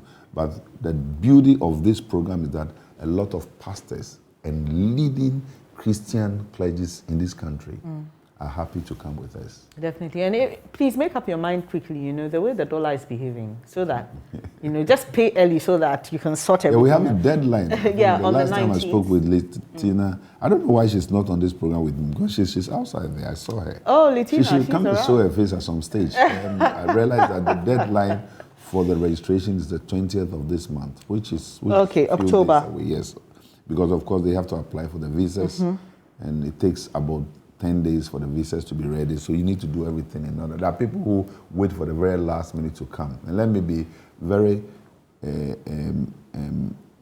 mindful about this that I need to pass on to everybody. Don't try to go to Israel because you want to go and stay in Israel. you will be refused, will be scrutinized. The team that is going will be guarded 24 hours. So if you have any plan to go because you want to go and stay in Israel, we are the wrong people to come with. Look for another group. In our group, we'll have 24-hour security. In the midnight, if you are going to even urinate outside, you have to show why you want to urinate outside. Because you have a nice hotel room to live in. You can't leave the hotel without consent. So if you have that at the back of your mind, please don't come with us because you will not be safe. I make sure my integrity is very important for me. I've been going to Israel since the late 80s. I don't want to lose that. So when I go with people, I go with people of integrity who want to go and come. And that is why I'm very proud of the Latina team. I mean, the next team that also want to join us on stage will be the Heavens team, that is Zoom Lions group. But we want to do this thing holistically and be a blessing. But are you not coming with us, Bernice? If my boss would give me permission, because 1 week is too long to stay away from work. All right, and so this is being sponsored by yours truly, Joy 99.7 FM, Sunny FM, and others. But the package includes a visa, flight on Emirates. That's important because you need to know the quality that you're being served. Hotel for a week, tours, 3 meals daily, and you're going to experience great tours. And then you will be with Dr. Lawrence Tetter, and you know you're in safe hands when you are with him. Doc, your final words quickly as we wrap up this conversation. That as a nation, let's learn to love ourselves. Let's learn to create an environment that will give us a massive united front. And let's remember we have only one Ghana. But besides that, if you can come with us to Israel, don't miss this privilege at all. This will be an experience of a lifetime. And for me, ever since I started going to Israel, for this many years, over 30-something years now, there's never been any single time I've been to Israel that I've not had any particular experience. So the experiences you have in Israel that you will need for even your walk with the Lord. So how do we contact Latina if we want to be a part of this? I think there's a number on the flyer. Latina's number. There's a flyer here. There's a flyer here. I'm not seeing any number in this. I mean, I don't know if Latina is around. Can we get a number? She's around. Latina is out there. Somebody drag her in here. Yes. Okay. So here the flyer is. I'm trying to figure out where the number is, but I can't see any number in it. Yeah. So can we know a number or how people can reach out to you if they want to be a part? What do they do? Facebook, is Latina Travel and Tours on Facebook? Is she there? Where is she? Is she not there? All right, we'll bring you the details later on. Apologies for that, but we'll let you know what to do if you want to be a part of this. But thank you so much, Doc, for being a part of our conversation. So let's get Asamoah Gyan to the World Cup, and let's make the day you captain them, and we should not bench him. Do you have any prophecies? The way do you sense anything? I sense that if we encourage them, they can go far. Okay. We have and this whole thing is about building our people's morale. If the morals are properly built, the confidence of the players will be enhanced. And I wish Black Star all the best. Right. And don't forget, I'm your biggest cheerleader. Chaplain. Okay, all right, okay. The chaplain of the Black Stars there, not wanting to go into the arena of prophecies, but hard work will definitely pay off, all right? So that's been my conversation with Dr. Lawrence Tetter. Later, I'll let you know the details on how to be part of this trip to Israel, a 7-day one. Quickly, we'll take a breather. When we come back, we'll be letting you in on what's happening with the NSMQ. Today is the last day of the prelims. On Saturday, the 1/8 stage will begin. And so do stay with us for details of that. Thank you for staying on the AM show. It's time now to get our NSMQ updates. Maxwell Abu-Baidoo is standing by for us in Kumasi, specifically on the campus of the Kwame Nkrumah University of Science and Technology. Hello, Maxwell. Today is the last day of prelims. We're expecting that the 1/8 stage will begin on Saturday. I know Aflatoxins School is up today against a couple other schools. I know West Africa Senior High School and another. But let us know what's happening today and what to look out for. Doing this with Emmanuel Bright Kweku. We've been doing this together. Seeded schools have started arriving. We saw some of them yesterday. You interacted with some of them. But let me say that Prempeh College, they are here. I mean, they are the landlords, I should say. Yeah, definitely, they are the landlords. They are actually the landlords right now. Yesterday when I spoke to them, They were poised for this year's action. For action. Yeah. I was in the central business district of Kumasi and I was interacting with people. Many of them are looking forward to them winning the trophy this year, so they'll be at par with Presec Legon. You know, Presec Legon has won the trophy for 6 times. You know, Prempeh College wants to be at par with Presec Legon, so that when we are mentioning the schools at the top of the NSMQ league table, it's going to be Presec Legon and then Prempeh College, and they're looking forward to do that. I don't know if you've heard that from people as well. I've heard that from people. They are hoping to win it for the 6th time again, but I don't know if they can make it a back-to-back.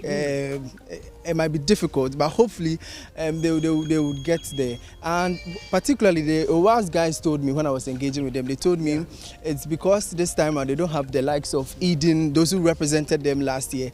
It might be difficult, and then the OWAS students are ready because they actually are the Ashanti regional champions. And then last year, if you recall, Prempeh was the Ashanti regional champion. So OWAS becoming the Ashanti regional champion for this year, they are tipping themselves to be the champions, the national champions for this year. So that's what they're actually telling me. Yeah. We'll be talking about the contest that will be happening later today, and then we'll also be talking about what happened yesterday. So Holy Child School lost their contest yesterday. They lost to... They lost to KSTA. Yeah, Kumasi Secondary Technical School. In fact, we had some people saying that KSTS, Kumasi Secondary Technical School, took inspiration from Holy Child's school motto, which is factor non-verbal, actions and not words. So yeah, KSTS, they really proved that point that, action, not words. And indeed, it was a tiebreaker question that separated the two schools. Yeah, it was a tiebreaker. I was actually in the auditorium. When they began, I think, the contest, Holy Child was quite in the lead for some time, and then KSTS caught up with them. So at the 4th round, KNUST was still, KSTS, was still leading. They were leading them by 6 points. So Holy Child managed during the riddle rounds to take 2 of the riddles, so 3 points, and then they became at par with them, 30-30. So it was now a tiebreaker. And then you know girls and how they fret whenever there is a tiebreaker. So they unfortunately lost. That has always been, the problem, because may tell you what, a lot of NSMQ enthusiasts, a lot of NSMQ pundits have actually been praying that a less fancied school or a girls' school will win the trophy after 29 years. 29 years of NSMQ, no girls' school has ever won the National Science and Maths Quiz Trophy. And when you speak to the people who've been doing this for a very long time, and some of the quiz mistresses, they will tell you that sometimes the girls, very brilliant, very intelligent, they have the ability to answer the question. They know the answer, but they just get jittery when there's some kind of tension and they realize, and that goes against them. I'm sure that's what we saw yesterday. Many of them are not willing to take risks. Not at all. Yesterday, I actually also interacted with one of the trainers for Ghana National. Yeah. He met Holy Child girls. She told me particularly that the girls were actually good because during their trials, they were beating them. They were beating National and the other schools, but they don't know what happened yesterday. That I think because of the tiebreaker, they just got threatened and unfortunately, they lost everything. Yeah. Sad one.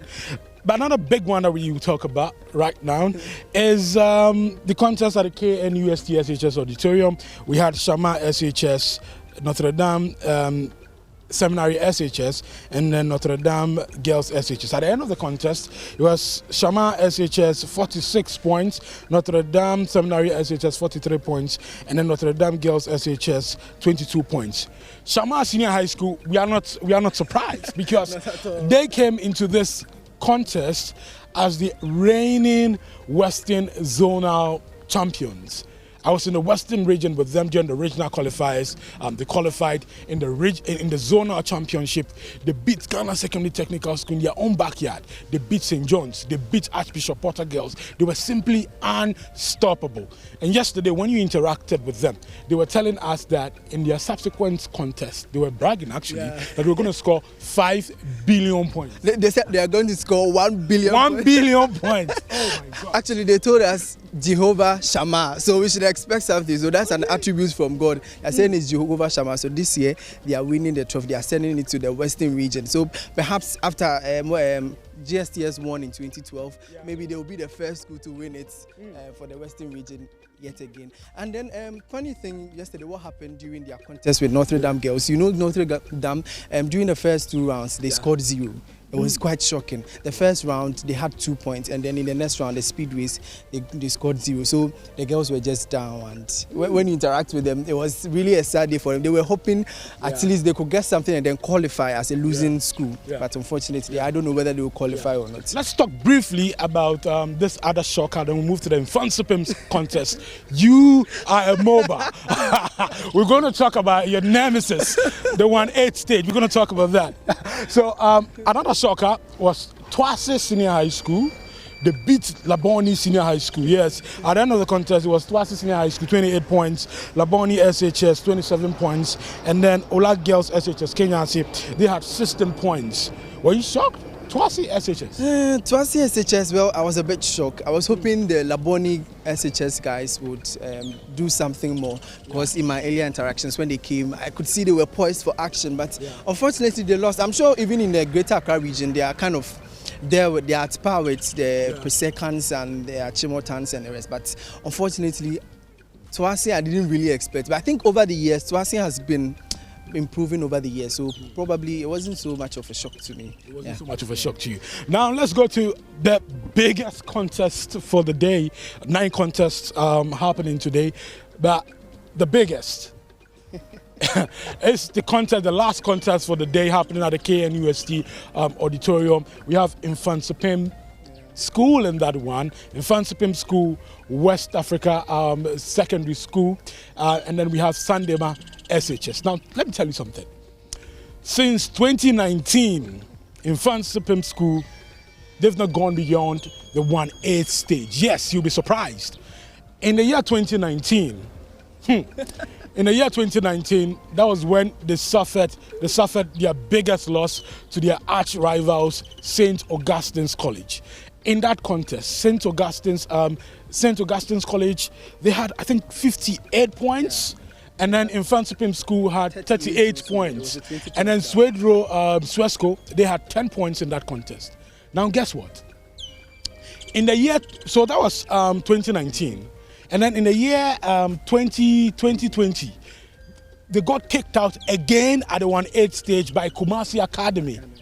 And then in 2021, they got kicked out again at the 1/8 stage by Ghana National College. It was a tiebreaker. And then Ghana National College answered correctly, and then they moved on to the quarterfinals. So from 2019, the 1/8 stage has become the nemesis of Infantsipim School. And today they are going up against West Africa Secondary School and then Sandema Senior High School. A lot of people fear that history will repeat itself. But we have a MOBA here. Tell me, what is it like in camp for you guys? What's happening on your WhatsApp pages? What are you guys talking about? I think in the past 3 years, when these things happened, the old boys were actually sad, especially with the Ogasco. And okay, Ogasco aside, at least Ogasco, we know they are at that level with us. But I would add that Kumaka and then National, we are just wondering, like, how can... What's going on? What is really going on? Why would a school like Ghana National and then Kumasi Academy beat Infantsipim? No, it shouldn't happen. Unfortunately, they beat us. And even, I think the 2022 regional championship too were beaten by Ghana National. So right now, as we speak, I'm a bit nervous, because I don't know whether I'm going to make it to the 1/8 stage. You're sitting on tenterhooks throughout the contest. I'm going to sit right by you to see how it goes. Because I keep wondering, like, what's happening to you? Do you have an idea what's happening to your boys? I can't really tell what's happening, but what I know is in the previous years we had this teacher who was taking them. Mr. Hope? Mr. Hope was taking them, so at least we were hopeful, like the name goes. The name Hope gave you hope? He gave us hope. So I remember when he was taken to APAM SHS as the domestic headmaster, some of us were quite not okay, and then we heard of his coming. He's back as an assistant headmaster. So we were actually jubilating, especially for last year when we heard he was coming. But unfortunately again we lost, and This year, I don't know what is going to happen. But we are just hoping that this year we qualify. At least I'm hoping that we become seeded. I'm hoping that we become. Since 2019, you've not been seeded. Yeah. The 1-8 stage, you don't go beyond the 1-8. You don't go beyond the 1-8 stage. I don't know what is really happening. I don't know if there are not supports from the old contestants to the current ones. I don't know what is really happening. But I'm hoping they will do something this time around. Let's wrap up in the next 1 minute. Another big one we have, it's let me get you that one. That is Krobo Girls, SHS, St. Mary's Girls, Konongo, and then Boeman SHS. That should be 1, 2. And then university practice. I'm really looking up to them because they beat, I think, Wesley Girls and Holy Child during the regional championship. Exactly. So I'm hoping that this time around, I think they're having a contest this morning at Kumapli. So I'm just hoping right here. That's about 50 meters away from where we're standing. So I'm just hoping that they will show something during this prelims, perhaps, and then qualify to the 1/8. But when they get to the 1/8, I don't know what is going to happen over there. Maybe they become seeded again. And then if you remember, the last time we saw university practice in the finals was in 2015. If you remember, 2015 they went to the finals. So I don't know whether these boys can live up to expectations. The contest is starting in some minutes, and we have to go to the Kumapli Auditorium to watch what is going on so we can give updates, hopefully tomorrow. Because remember also that the balloting for the 1/8 stage will be this evening. So this evening we have the balloting. Join us on the AM show. We'll be bringing you all the details. So over to you in the studio. We're going to Kumapli Auditorium right now to catch the first contest.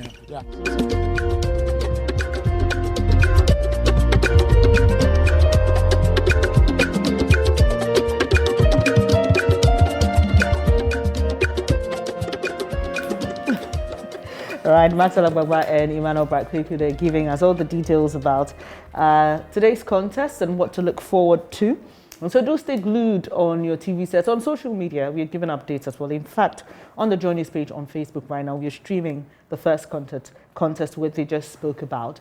And before we go, some of your comments... Quick question though. Does the Akosombo International School ever participate in the national? No, please, private schools do not participate. But Infantaman Girls participates, but not this year. Okay. What's your problem? Where's your school? It's just Where's your school? Oh, we actually sailed through. We actually won the Volta OT regional, dual regional What's the name championship. Of Bishop Herman College. Okay. My school is not a secondary, school. it's a college. Oh, you just made me miss Elvis. That's Elvis's school. Elvis is our former boss here, who passed away sometime last year. Yeah, we do miss him, don't we? We do, badly. Anyway, so here are some of your comments on the issues that we've been discussing so far, particularly on the wager dam spillage conversation. And here's a comment by Abdul Hakam, who says, Dr. Ronald's naked defense of the inaction of government in fighting this menace is sad. The very people who are told not to stay in that area were given permits by government or government agencies. So what's the justification for government, he's asking? And Blondel Abaite agrees. He says, exactly. It's time people who demand accountability from the populace are accountable for their actions and inactions. And this is a response. But in his own comment, he says, I think government institutions are failing the populace. It should really not be the client's responsibility to do things that people are being paid large sums to do, which they are not doing. Well, so those are some of your comments you shared with us here on our big story today. But something to smile about. Hello, Ghana. Happy moment is here. Let's Storm World Cup Qatar 2022 with Storm Energy Drink, Puma soft drinks, and Awake Drinking Water from Casa Preco Company Limited. Simply buy your favorite Storm Energy Drink, Puma soft drinks, and Awake Drinking Water, and text the 4-digit unique number in the neck of the bottle to short code *780# option 2 and follow the prompts on all networks for free. Be one of the lucky winners to this year's World Cup in the monthly draw. You can also win TVs, fridges, microwave ovens, mobile phones, home theaters, free drinks, and more instantly. Please don't waste time. Grab a bottle of Storm Energy Drink, Puma soft drinks, and Awake Drinking Water, and let's storm Qatar this World Cup. This promotion is on the NLA Caritas platform.